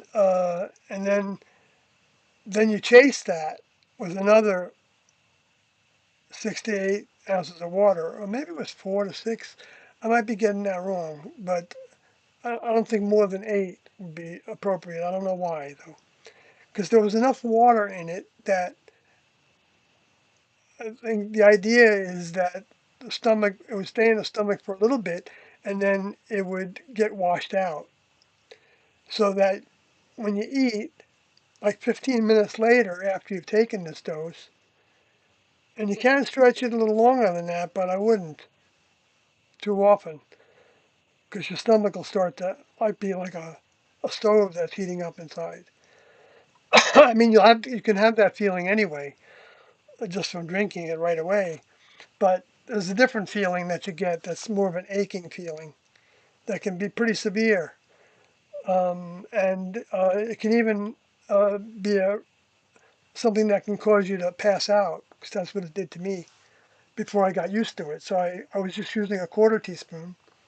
And I did that a number of times until I wasn't having any kind of response like that from it. And I was eating after 15 minutes, and I was eating a substantial amount, not just anything. I wanted to, eat a meal, whatever that meal was. I don't think mattered. I think for us it was fruit, and also after we took the cayenne pepper in that dosage, we took a tablespoon of apple cider vinegar, which though felt like was good for the digestion because it has probiotics in it, because it's a fermented product. So you get your acidophilus. I don't know if you get an acidophilus or because there's a whole bunch of different bacterias that are considered to be friendly fauna. Excuse me.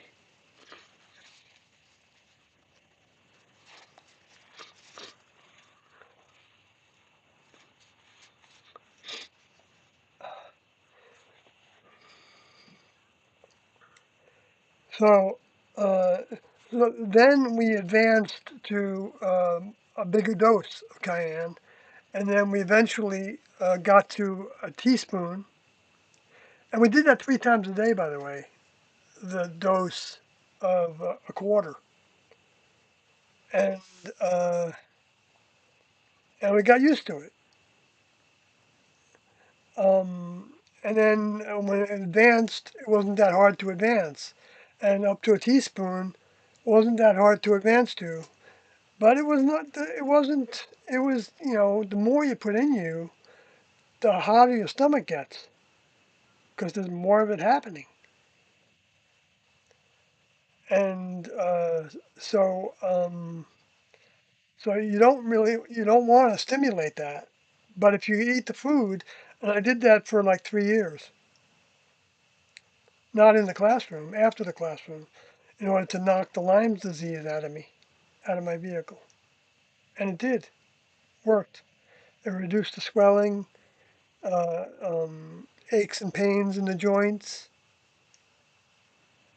because that's from inflammation, a lot of it. Inflammation.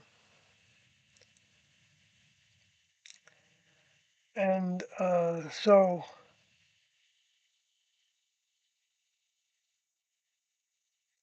then when I came back to that using the cayenne, I just stayed with the quarter teaspoon once a day.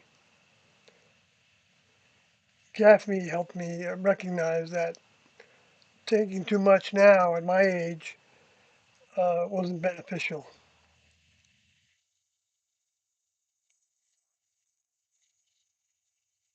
And I think she's right about it. And so I've been just taking it in the morning, but it doesn't have to be in the morning. I can take it. I just don't want to take it too close to bedtime because of the part of it that might stimulate my heart to race. And that's even with how much I put in the food. Because sometimes I can really put a lot on the food, especially if if I missed the dosage, early in the day, and I didn't do it in the next meal. And then by the time I got to the third meal, well, I don't always have 3 meals, but I usually have some kind of a snack before I hit the sack. Sometimes a banana with um, some kind of corn cereal. I stay away from wheat products, but I do still use them. And I don't think it's a negative necessarily to use some, but I don't know for sure. I might be, willing to tolerate some things for what I get from things. Having a limited amount of sweets is also, I think, good, whether the sweet is from a natural source or not. I think, there's a natural source, I think, then has more cleansing associated with it, as vegetables do also. Anyway, so that's about that. All I'm going to say, I think. I think the grade, at the time we were using grade C maple syrup, but I can't find that anymore. And now they just call it amber, I think, because it has more minerals in it. That's the reason why that was used, because we were fasting on it. We fasted one time for 38 or 39 days on, with water anytime we wanted it, because that sweetness of that maple syrup gets to be kind of sickening after you've drinking a gallon of that mixture. And they would have increased maple syrup for those that were losing weight too fast, like Tall Odie, or losing too much weight on that kind of a diet. And we were ready for that diet because we already had been experiencing uh, different degrees of cleansing. Um, eating more of a raw diet is a form of cleansing. And we had a raw diet at one point too, where we were growing sprouts, uh, um, yes, alfalfa, but also sunflower and also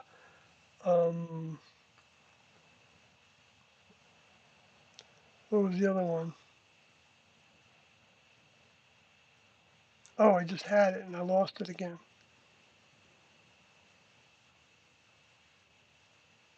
I mean, Doe had us experimenting with different sprouts, but I think the ones we were using, something with a B, buckberry, no, buckeye, no. Oh, I almost had it again. All right, I'll just let it go. But we had sprouts. We were growing them all different heights, and then harvest them and then make them into drinks, green drinks like like with apple to give them a little to cut the bitterness, and and vegetables like carrots and um, celery and uh, cabbage and other things according to what needed to be used. Greens, different kinds of greens, spinach.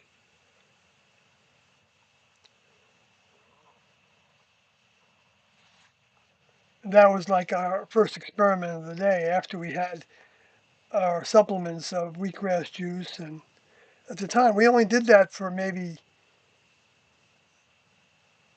6 months, maybe at the most, 4 months, maybe, before things, Doe introduced something else.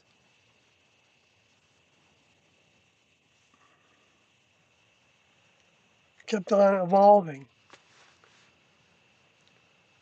Joseph Coe says, I've been drinking more green juices, celery, and protein shakes. Right. We had protein shakes while T was still in her vehicle. We called them pink drinks. And they would put wheat germ in them, like a tablespoon of wheat germ to a drink. And the drink was a big drink. I don't know if it was 10 ounces, 12 ounces, 16 ounces maybe. I don't know at the most. And I was using a protein powder that turned to pink. I don't remember what was in it exactly, but it was tasty. So it had some sweetness to it.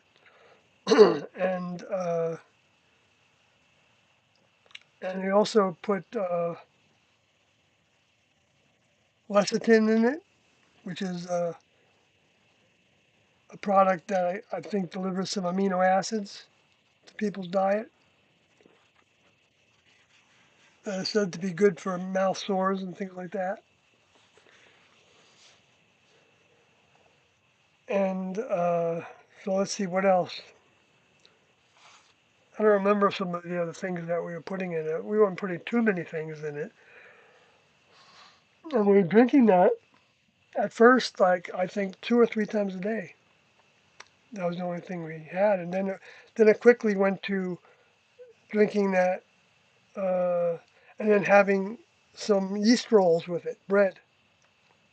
I guess the cleansing was too fast. I wasn't in that department. T and Doe were working together on coming up with everything, even though it didn't mean that they didn't take input from the experiences of others, um, but not the actual opinions of others to change. That wasn't appropriate. They weren't asking for our opinions unless they did, and sometimes they would,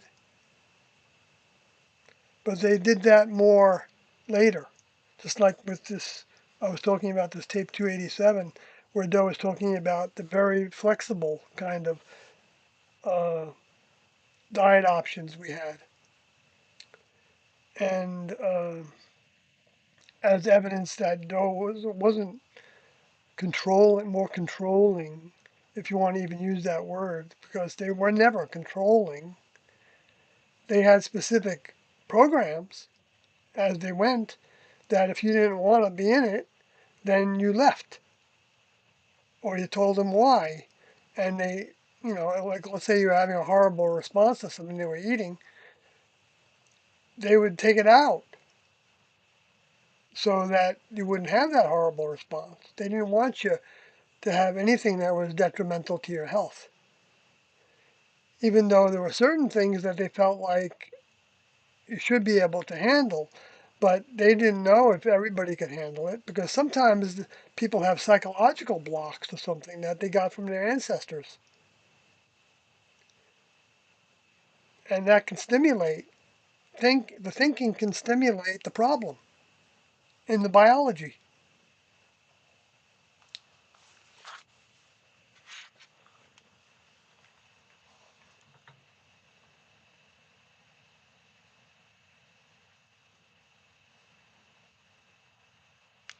So Joseph says, recently picked up something from the grocery store called Florida Water. It's a unisex cologne with cleaning properties, so clean countertops, desks. Was wondering if Kathy knew about this.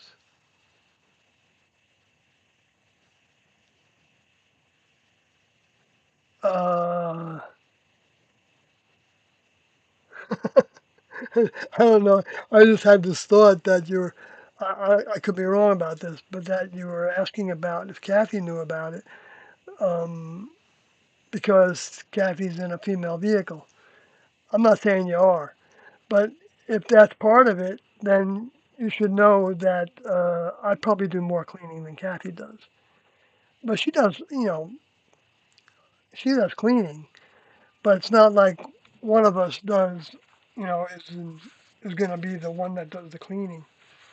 I do all the dishes pretty much, and I enjoy serving. And Kathy takes care of all the bills and the schedule for where we're going to live and things that are, really good functions as a partnership to have. I'm saying that for anybody else that might be out there that um,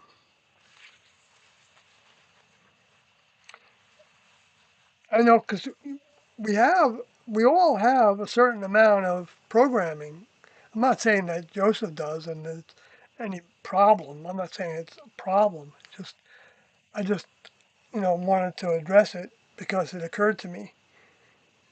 Um, and and yes, everything in Human Kingdom can be a lesson. So even if uh, males were given certain roles in society and females were given certain roles in society, what we're calling males and females based on their gender, their chromosomes and the body parts. Um, so uh, those are lessons, and it's also lessons on how to think about what the other person is doing and thinking and looking like and learning to put it all on an equal scale and not holding people down into certain roles. I think that's why people have advanced beyond the role playing. And that was because T came in a female vehicle.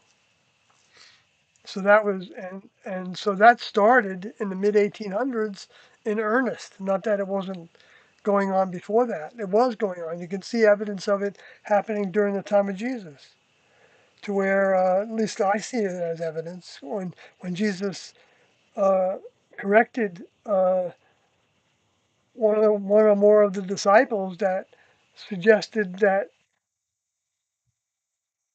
Mary, somebody, I don't know what the last name was of this Mary, but she was using some of their olive oil to, uh, to anoint Jesus for his burial.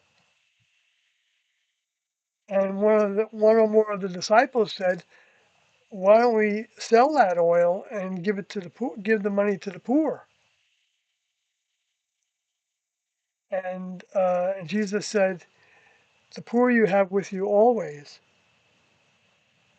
Don't look down on her for that," or whatever his words were about that, because she is doing it uh, for this major event of his leaving on purpose,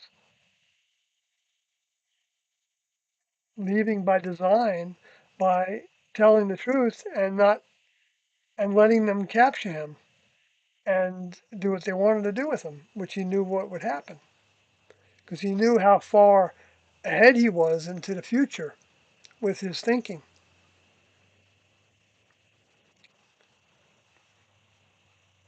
and that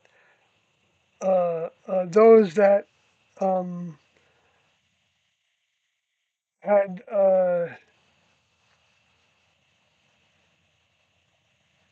allowed themselves and allowed society to build themselves up into, being high honchos with their belief system, he knew that they were threatened by him because people were starting to listen to what he had to say. And he talked about this in the those books of the gospel, that was happening among the chief priests, that they were losing members and they couldn't let that continue.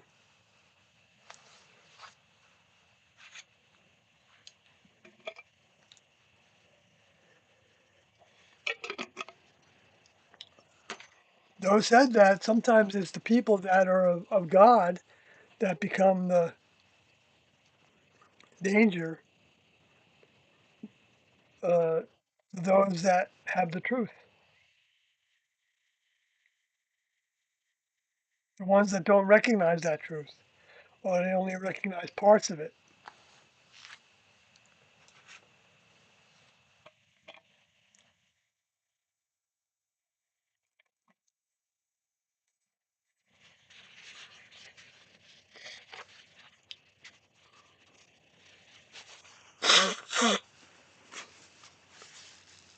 Someone in the chat named Madison Leanne, do you believe the rapture? Well, not in our context, but let me put it this way: if if somebody's vehicle, their physical body, lifted up into the air and was received by a cloud, a glowing cloud of light, for instance, um, it might be the wrong God. It might be a space alien because the next level doesn't have any need for human vehicles. It's that simple. And they know the space aliens do have a need for human vehicles because they need to try to harvest eggs and sperm and who knows what else, blood maybe, hormones that the blood have in them, or provide the minerals and whatnot for the organs to make into hormones.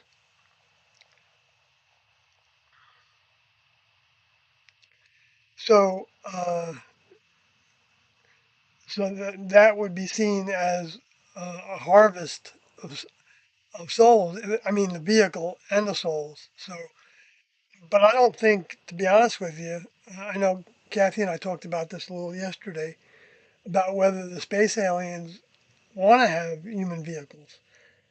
And the thought that I had about that was uh, she thought they might, and maybe even to eat them. And I guess that's possible. I don't think that's not possible. But my whatever sense I have about that, in addition to that idea, is that it's more likely that. Well, I shouldn't put it more likely because that's like taking some position that I have more authority than what somebody else thinks. I don't, unless Tiendo said something about it, which they did sometimes. And so I'll bring that to it. I'll try to be more exact though on what that is, and that is that when they heard that when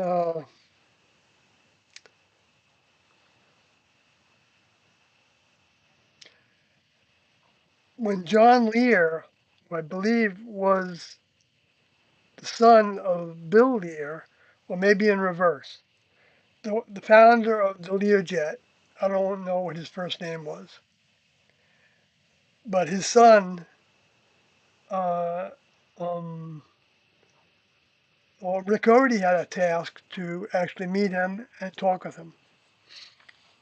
And the name that Rick Ricciardi used was,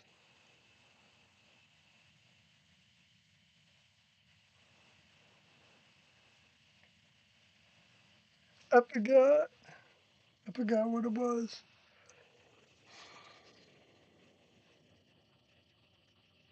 Well, maybe it'll come to me later. I have written about it. So if you search my blog for Lear, Lear as a single word, you'll probably find the part about it. And the blog is sawyerhg.wordpress.com. But we were watching the Paranet uh, over the RS-232 internet connection. It wasn't really internet because this was in the 90s, the early 90s, I believe. And we were in Arizona or New Mexico, but I think we were in Arizona at the time, or maybe a brief stay in Nevada. Um, and so we were close to where, well, we did it by, it was the telephone connection. That's an RS-232 connection. And it was called Paranet. I ended up years later, after I left the class, meeting the founder of it and talking with him about it because I was a listener. So that was kind of cool. And he wasn't doing it anymore. And I didn't find out why. I'd like to go meet him, actually. I think he's in the Boston area. I don't know if I still have an email for him. But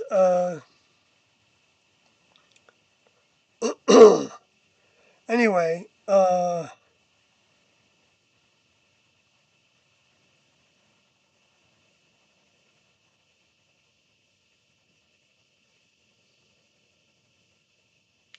well, that I was having the thought that, well, what he was saying in this broadcast uh, that we either saw in writing and or heard through our ears because the RS-230 connection could actually produce, uh, sound, and you could hear people talking about things. And I don't remember if we could watch a video or not at the time, but so he was talking about how he thought the aliens were here to eat us. I think he was saying that they were here to eat us. I could be wrong about that. And Doe felt like they weren't uh, eating us. That's why I'm saying that. Okay, so another little clue to that that might be applicable to what the aliens want to do with us is um, the way that Theodore talked about they want us to be their like emissaries or like to other humans to to get them off track from recognizing the reality that T&O were bringing to the planet. Uh, and think of them as the creators of the human kingdom, even though they were the influencers of the direction that the human kingdom went, as depicted by Genesis chapter 6, which included their fallen angel condition because they started doing things with humans that the next level didn't approve of, that involved propagating new human equivalent beings, vehicles that were talked about as the Nephilim or the giants. But that word giant also means mighty ones. In other words, because they may have been bigger vehicles, but they also don't have to necessarily be bigger vehicles, but but could have bigger minds in a sense, of being aware of higher thinking because it's in their genes of that whatever went into the whatever was in the sperm that they were using to stimulate the growth of new creatures.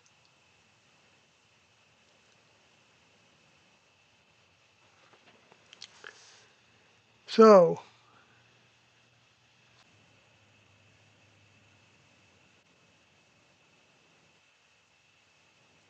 I just disconnected and reconnected. So I'm going to say that it's the catching away. It was another way of looking at the rapture from Paul's Thessalonians or Corinthians. I don't know which one it was. But I think it was Thessalonians, where he talks about the dead in Christ rise first, and then those remain, the remnant, are caught up in the sky with the Lord.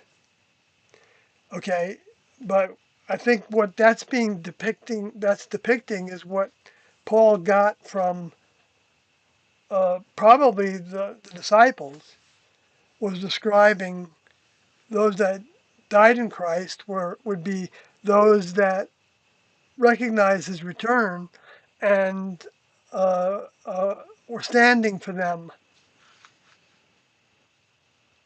for the rest of their lives from when they recognized the return and chose to go in that direction to whatever degree they were, and for however long they did, and that they would suffer the consequences of that. I mean, there would be consequences to doing that. He didn't use the word suffer when he described it that way, though.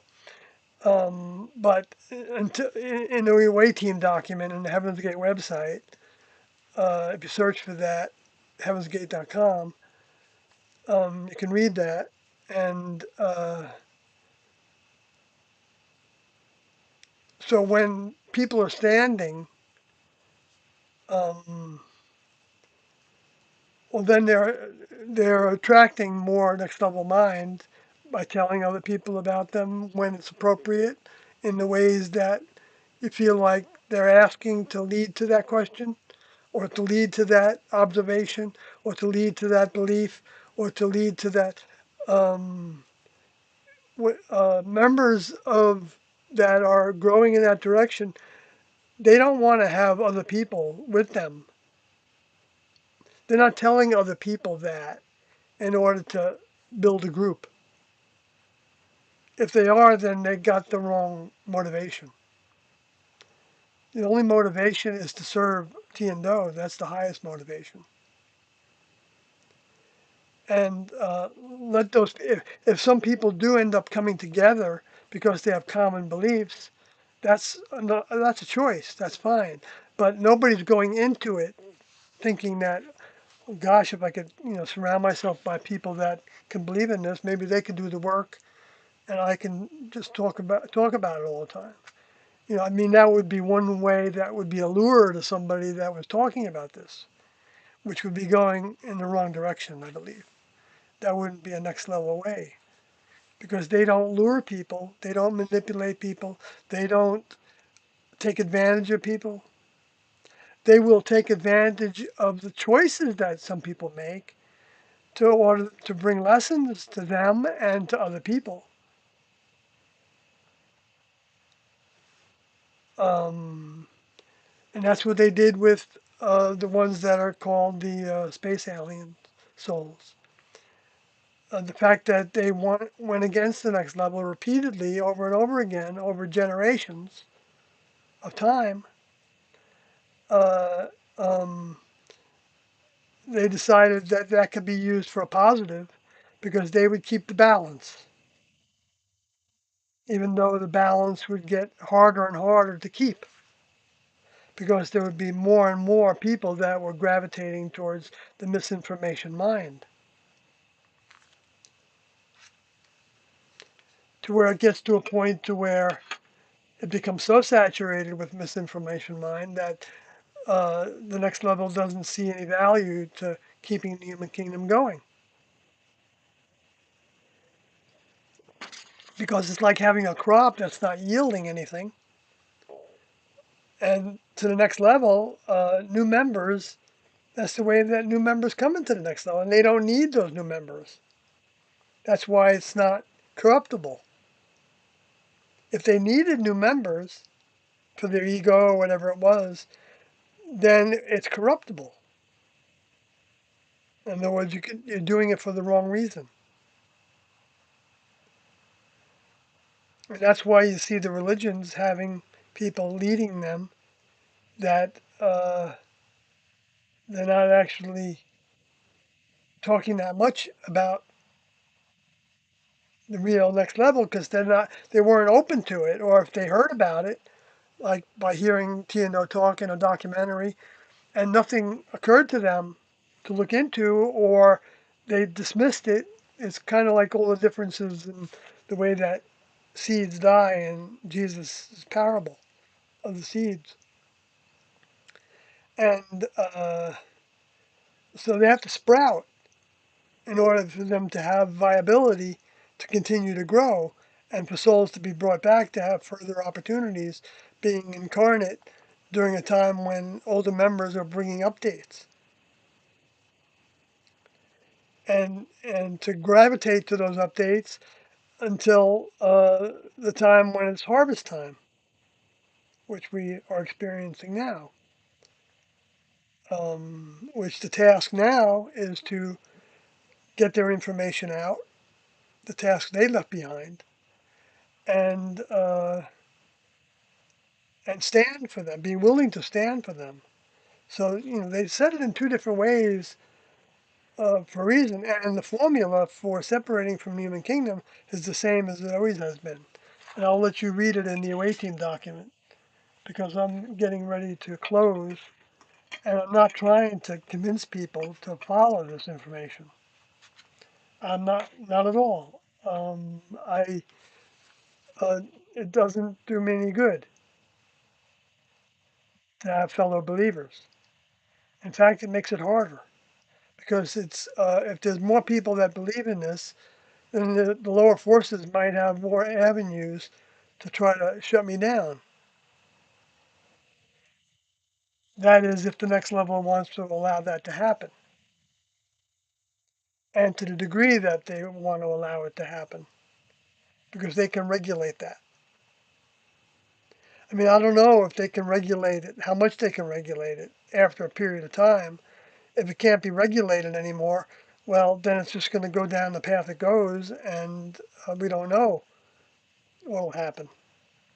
If the way that these governments are going, and these Western governments are going, all the governments, United States as well as Canada, as well as England, and I believe Australia and others. Notice that it's mostly uh, the ones I just mentioned are like English speaking, which isn't necessarily a mistake. But they all, like I was reading the law that was passed by the House in California and the Senate in California unanimously, if I understand it correctly. And I was just waiting for Newsom to sign it. That talked about fining people $500,000 for coercive speech, coercive speech. They use that word coercion in there. Wow. What kind of broad definition can that have? And then I heard an ad on the radio that was talking about um, stopping the religious speech, and definitely keeping it out of the schools, which I'm not saying I disagree with that. I don't think it should be taught in schools either. Not something run by the public. To me, that's meant to be uh, thirsted for, not brainwashing students to think that way. But that's the way the religious end up going. They think that everybody is better off by taking their path, and they couldn't be more wrong about it because it can be the opposite of that. Their path can be totally off the track from the next level perspective. That doesn't mean though that somebody in that path isn't potentially still growing in the next level's eyes. Just like people that are atheists, the next level doesn't think of as uh, unable to open their minds to seeing that there's really no dispute, that everything is technical. Everything has technical ways of describing it. Um, so there's no conflict with creation versus evolution. No. But there's also evolution of the mind. And with the evolution of the mind also comes understanding that the spirit world is a reality and even has physicality to it, like a plasma kind of matter. Plasma like is what Doe called it, which makes sense to me.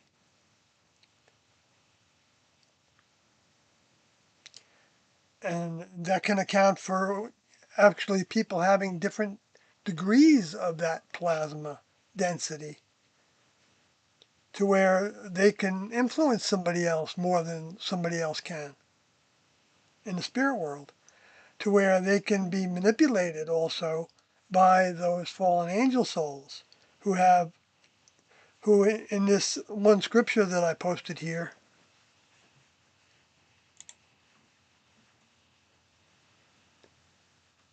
Revelation 10:1 says, "And I saw another mighty angel come down from heaven, clothed with a cloud." So that sounds like a spacecraft, because the cloud wouldn't be described as a cloud unless they were talking about it in terms of the way that cloud was used as uh, um, the way that the next level was identified in the old days, because they weren't ready to show them uh, what they really looked like. Anyway, but so the word mighty here is from the Greek word iskouros. Iskouros. Iskouros. No, iskouos. There's no R in it. The end there. And I didn't look at what it was from 2479 yet as the root, but it's an adjective. And it's used as mighty 10 times, as strong 9 times.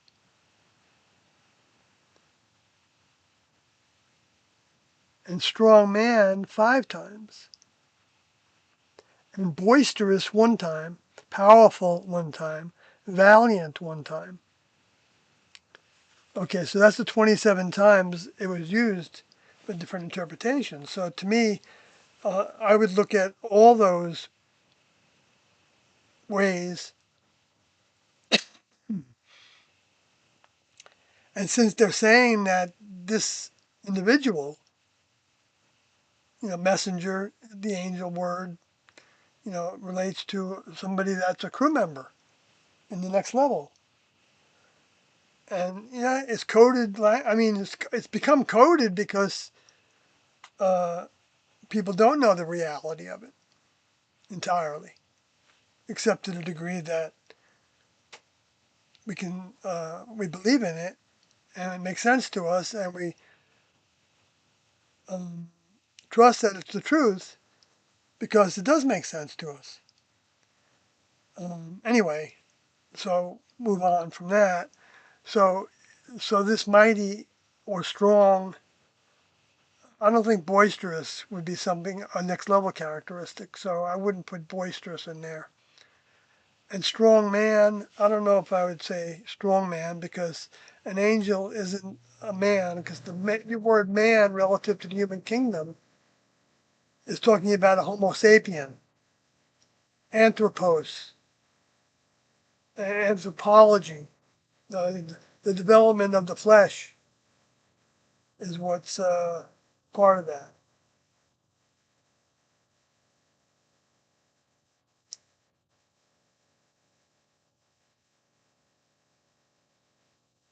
Come down from heaven. Right, so when it says come down from heaven, it's telling you that this is coming from deep outer space. Because they wouldn't have allowed this to be here to this degree of accuracy if they were referring to the space aliens. They talk about the space aliens in different other ways. Also as angels, like in Revelation 12. But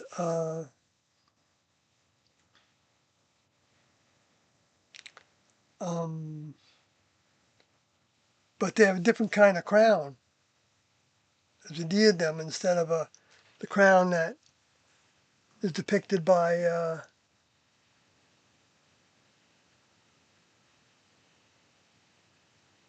actually in the next verse here in I think Revelation 10:1.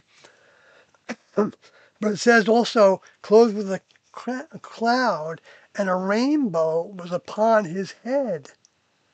Very interesting because that goes right to the rainbow word means covenant. But if you actually look at that word, let me see if that's the one that means covenant.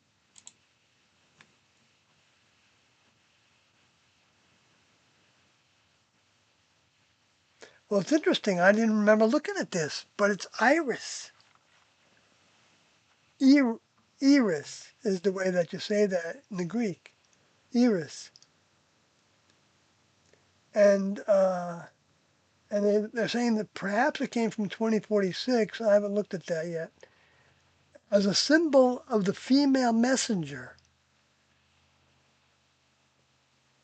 of the pagan deities. Rainbow. It's a noun and it's female. Wow, I didn't look at that one before. And they called it a mighty angel. So this is different than other angels. I have to search for whether they use the word great. I don't know if I bring up another instance of this software, if it's going to cause me problems. But the rainbow, in this other context, in Revelation 6,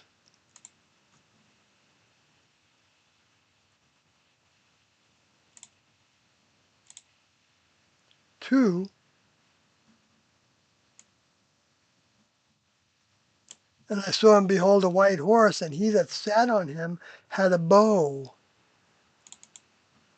Bow. So if you look at that, it's a different word. It's toxon. And it's not the word that they were referring to as the root of rainbow.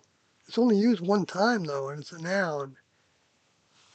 So, so when I saw that, and I looked actually in this Greek dictionary, Strong's, it tells you, but not just Strong's, but Thayer's. Thayer's is another Greek dictionary. It gave you a little more information about that word, and it seems like it's a root to um, like a covenant with the children, with the producing of children. Yes, it's not related to the bow of a bow and arrow, as far as I can tell.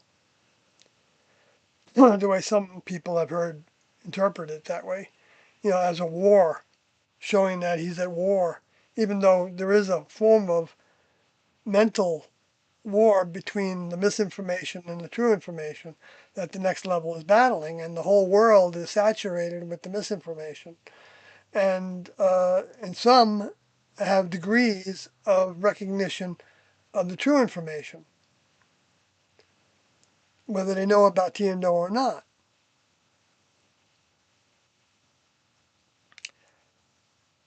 So you'll hear things talked about probably the way I'm talking about them as well, if I'm on the right track with this interpretation. And I don't remember though talking about this verse, so I don't know for sure if that's the highest interpretation. Even though Doe would give us his understanding of what some of these words mean in this material, and he could be actually saying that it can mean a number of things, but he would give us the one that was most meaningful to him, and he didn't talk about it in this verse, so I'm not going to try to go there. I'm just trying to give people an idea of how Doe approached these things, because he didn't often talk about scripture. I mean, really rare, actually, except for the period of time when he was thinking about having the class talk to people that were Christians. Anyway, or from that heritage, because it didn't just mean people that identified as Christians, but had some idea of Jesus being a reality, of a really good being example. And you'll see a lot of people that, have that consciousness that, whether they assign it to Jesus or not, it makes sense to them that better behavior is doing to others as you have them do to you, but they wouldn't use those old English words because they don't want to associate with what the religion has become, which has become a mess. That doesn't mean that you don't still have accurate ways of thinking in that material, but what happens is people don't know how to necessarily have the effort and the desire to try to understand what the truth was behind those materials. And it's easier for the lower forces to get people to just blanket decide that that's a bunch of baloney. It was made up and to try to control people. Which the funny thing, the irony with that, it was. Um, and but that doesn't mean that there's the accurate record of what Jesus was thinking and how it would relate to when he returned, and afterwards after he left from returning, which is all within the Revelation materials, uh, isn't have all kinds of degrees of accuracy and application that somebody's not going to see unless they're of a mind to see it. Like Jesus talked about, you can hear what the Spirit says. You can see what the Spirit is saying. And when we're using the word spirit, it's really an archaic way of talking. It's really the mind. That's one of the key words that T and Do brought. They weren't talking about spiritual development because that's been distorted. Even though that spiritual development is development of the mind, but as long as it's talked about with that word spirit, people automatically are blocking from it, and other people are, so it becomes a filter also of whether you get the gist of it, that reality. You get a sense of that having something to do with the creation of this planet and the life forms on it. And so then you can choose to look into that, or you can just fill your mind with only what the sciences tell you is the origin of life and things like that.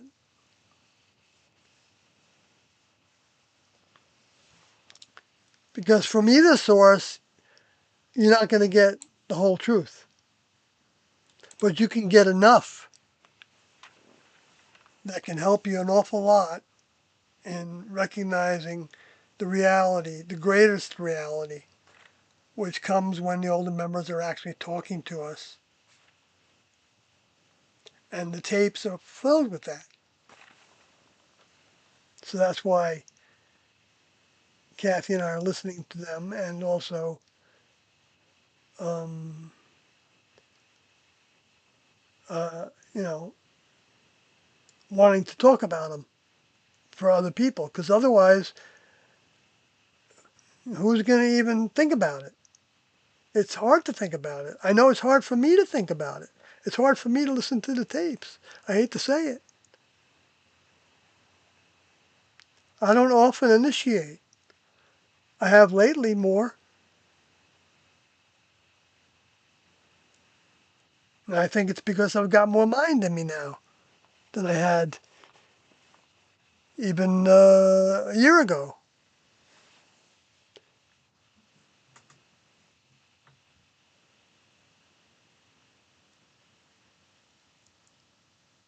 When I say more mind in me, what I'm saying is uh, um, I want to know more of what they taught, what they said.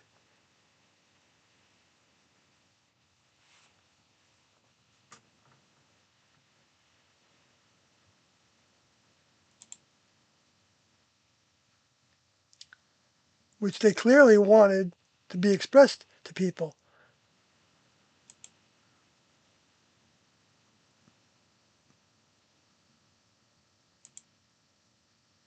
But I don't have to be the one that spread it.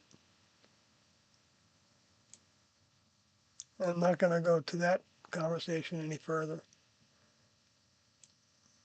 But I think this is talking about the same person. And you look at the word crown here in Revelation 6:2. It's called Stephanos, which has to do with to twine or wreath. Uh, yes, um, but it's the idea that they would make, let me see, actually, the way it's used is as a crown 18 times.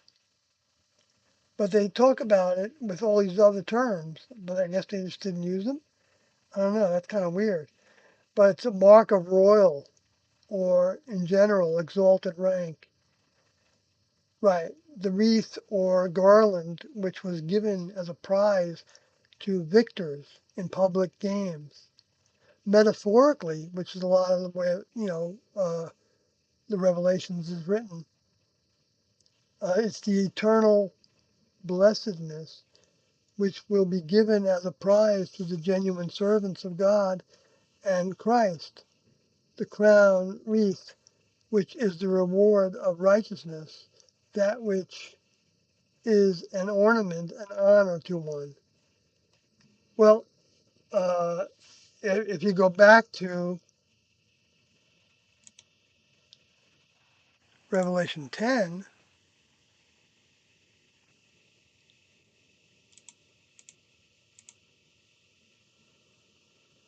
and scroll down a little bit,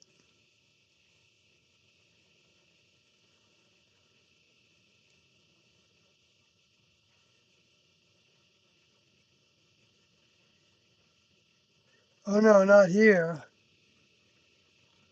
No, it's up in 4.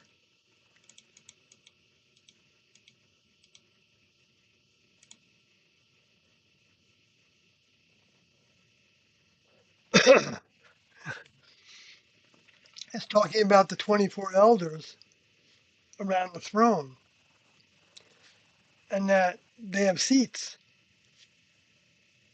And that word seats has to do with having a position, having a job, having a task. But it's not just a task, it's a type of, it's a definition of a task that um, uh, that's more significant service than like a watcher task of observing somebody, which is what the task seems to have been for those fallen angel souls when they were in the next level. They were just had elementary tasks and they had primitive spacecrafts. I'm not going to destroy on that any further right now. But so upon their seats, he saw 4 and 20 elders. So they're sitting there and they're older relative to humans, they're older or more experienced is a better way because you can be older in age and amount of time that you existed and not learned a whole lot. So it's really not a matter of age, it's a matter of the experience that somebody got of being a member of the next level in that direction. And they're described as being clothed in white raiment. Now that's talking about having cleansed their vehicles.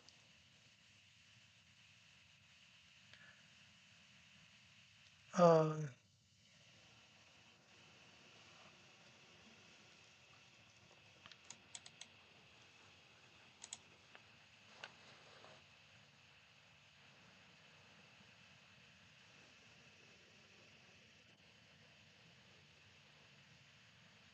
they have a fixed abode to dwell. I think that's talking about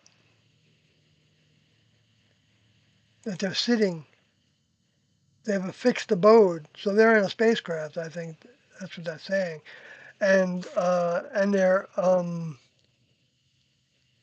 clothed in white raiment, which means they've got a next level vehicle. The word raiment, cloak, robe, vesture, apparel. Um, they talk about it in 19 as a linen, because linen was something that only the kings could afford, pretty much. And I'm sure some of their court could afford it too. And they had on their heads, the reason why I came to this verse, Revelation 4:4, heads on their heads, crowns of gold. And this crown is also the Stephanos crown. And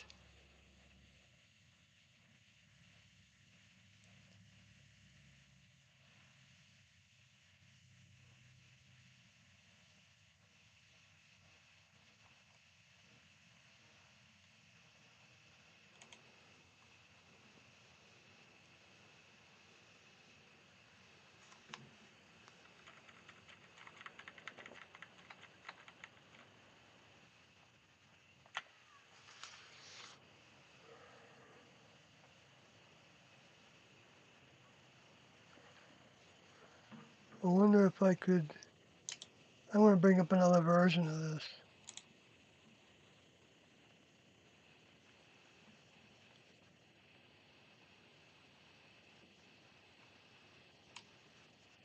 Oh yeah, I can do that.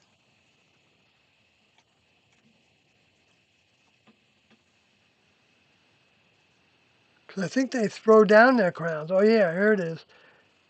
I can't show it on my screen because I don't know why. I've got, minimized the size of it, but it's actually the end of 410 where it says that the 4 and 20 elders fall down before him that sat on the throne and worship him that lives forever and ever and cast their crowns before the throne, saying, okay, you created all things and it's their pleasure that, you know, that they were created, even though that's not the best way of describing that. John didn't get everything right in whatever he wrote down in this. But so that's why you have inconsistencies with next level thinking. But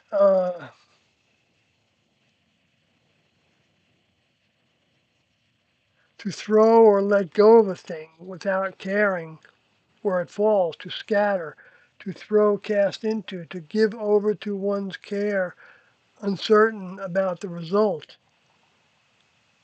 of fluids, to pour into the rivers, to pour out, to put into insert. That's all part of this word cast. And so they cast before the throne. Well, it's used 16 times as in the sight of instead of before. So in the sight of the throne would mean that they were on the same crew. You know, the individuals on the throne, uh, they were looking to those individuals. That's the sight of what they see. What people see is what they grow to see and want to see. And seeing more of what's real is what student members of the next level will be driven to want more and more. And that can be without them even knowing about the next level or Tiendo. They can be wanting to know the truth about things.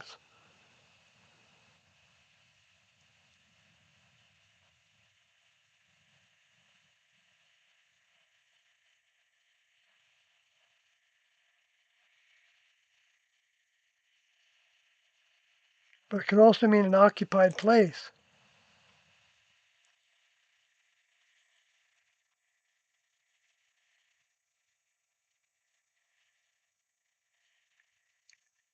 So, so right. So this can be saying uh, we want to be of service, and so we're gonna, well, what I think it means is they're saying that they're gonna leave that next level vehicle that they have in order to do the task on Earth of taking over a human vehicle and bringing it to its graduation, which the graduation now includes, you know, um, uh, learning lessons and doing the service are the two forms of growth that are have sort of got an equality to them. Though the way that Doug talked about it in one of the previous tapes we listened to,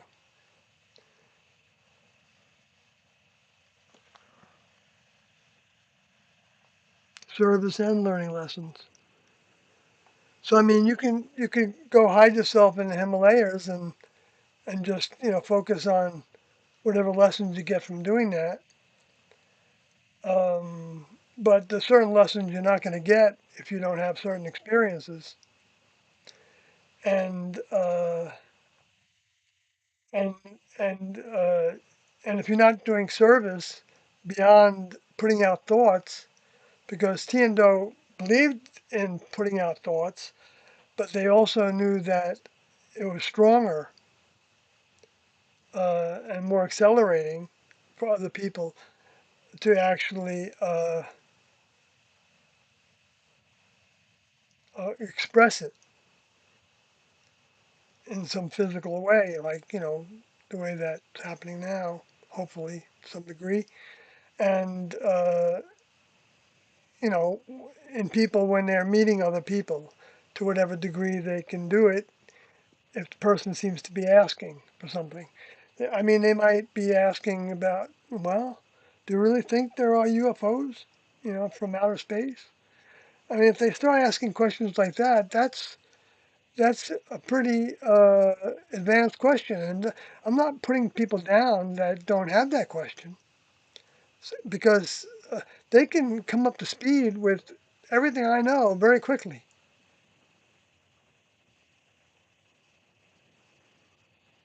It's not a matter of how much time you've been in it and with the information. Although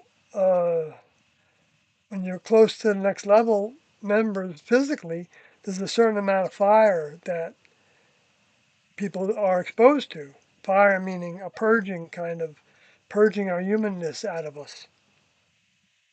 It helps it happen in an accelerated way, but it still has to happen that the individual is um, doing the purging. I mean, the older member can do a little bit of prodding to try to keep the class moving with accomplishing things and controlling their own minds and behaviors and ways. in good ways, but ways relative to what the older member provides, because the older member, the chief gave Tiando to us. The chief gave Jesus to the people 2,000 years ago, as well as Elijah and Moses and Enoch and Adam. But Adam, not so much at that time, because that was the beginning of the task and it didn't have to go in the direction it did. So they are actually, uh, um, to think that those individuals uh, that did leave with their vehicles, so they did have a rapture according to the way that some Christians talk about it. That's why you can't say that that's not possible, because Tiendo said that was possible right in 1975 and before that even. When they were, it's in the book UFOs Missionaries Extraordinary, that you don't have to die to go to the next level. And the students of the class that left, they put that in the Heaven's Gate website, talking about they they preferred to leave with their vehicles, and they never disqualified that that could happen. Not even until the last minute, because they knew that the next level could even heal those vehicles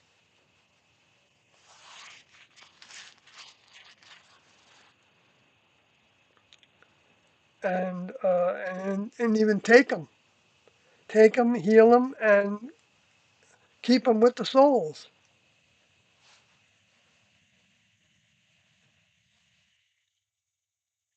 I think when the soul detaches from the vehicle, I don't know if that vehicle can still function uh, if that soul isn't attached to it. There is like a final ingredient that the next level has to give to a soul and the vehicle, I imagine, in order for the soul to be attached to it.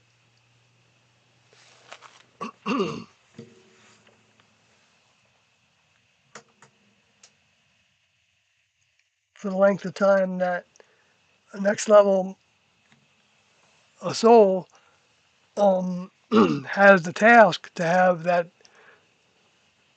style of vehicle or design of vehicle. Because there's all kinds of designs, all different kinds of colors to the vehicles.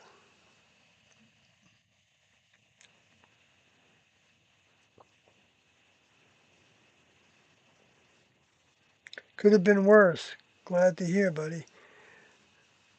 Oh, so I'm getting tired and it's getting late and I gotta see what you all are talking about though before I close. Looks like there's quite a bit, so I'm gonna go through it pretty quick.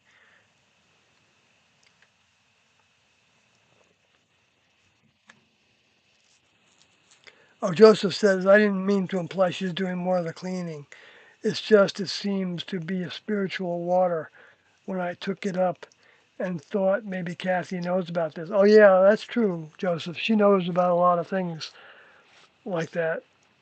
So I wasn't meaning that you meant it that way. It's just a thought form. So I apologize if it sounded like thought that you were meaning it that way. I know I qualified as I was going, and I really meant that qualification. Anyway, so and then Joseph Coates says I saw two vultures eating a carcass just a couple streets away while I was going for a walk the other day. Do you have any thoughts on the spirituality crystals card reading practices she was doing before she met Doe? Kathy, you're talking about? Uh, I don't know if she was doing anything with crystals. Um, oh, you may be talking about tea, probably. But I don't know if she was doing anything with crystals. I never heard them talk about that. And I don't know if she was doing, and I know Kathy was doing card readings practices. She was doing some card readings, but I don't know if she did it. I think she did it as part of that psychic network, because I also did some card readings with the psychic network, but I didn't use tarot cards. I made my own cards out of astrology. You know, I should work on that and sell them. What the heck? Might be fun anyway, right?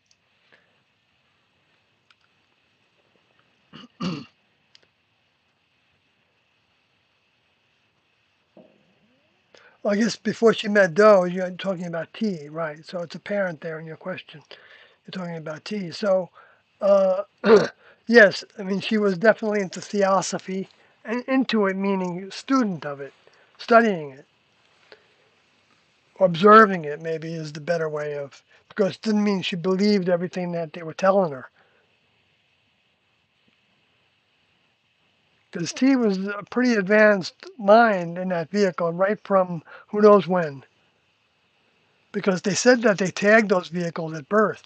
I don't know if the tagging process to keep them safe would mean that they have a crew observing everything that's happening with that vehicle to keep it safe because they want to use that vehicle for their older members' task. I don't know if T does that, T's self, you know, as part of T's crew, because T doesn't do everything. They have crews that do things.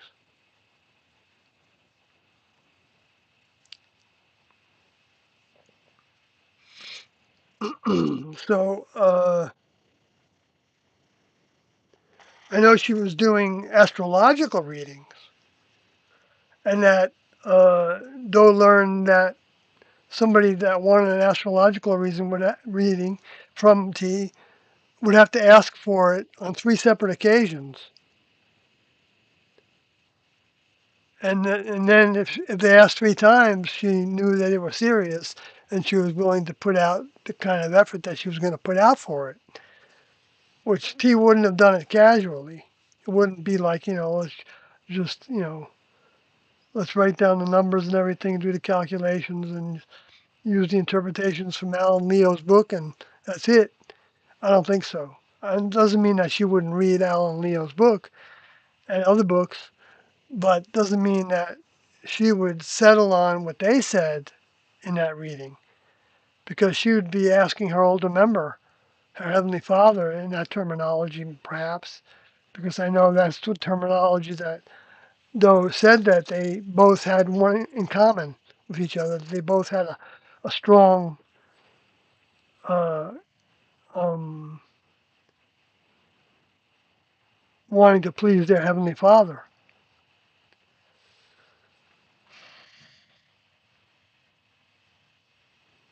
which would be their older member in the more accurate terminology. I mean, relative to our reality. That's how it's more accurate. The other terminology is accurate also, but the word father was, there is no gender in the next level. So they wouldn't use the word father in the more accurate terminology. That's why they chose older member. Makes it very direct to understand that they're an older member of the kingdom level above human, or however you want to describe it. Kingdom of God, kingdom in the heavens, kingdom of heaven, or even from heaven. The elevated areas above the earth, where the stars are, as an example.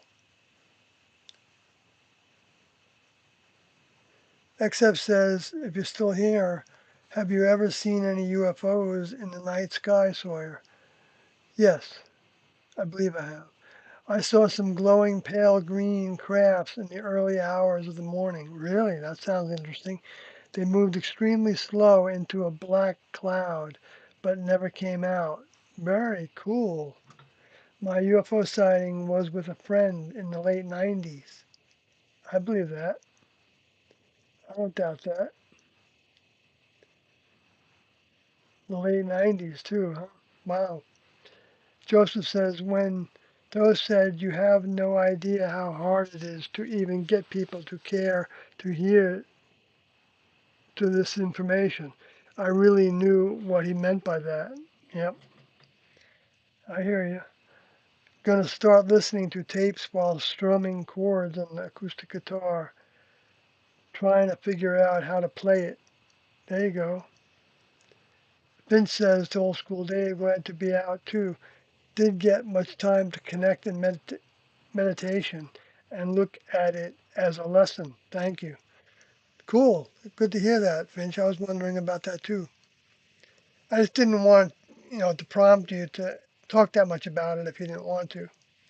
So I'm glad you and Old School Dave are chatting it up. And Old School Dave says, could have been worse. Glad to hear, buddy. Thank you for the time. So you all have a great week. Thank you.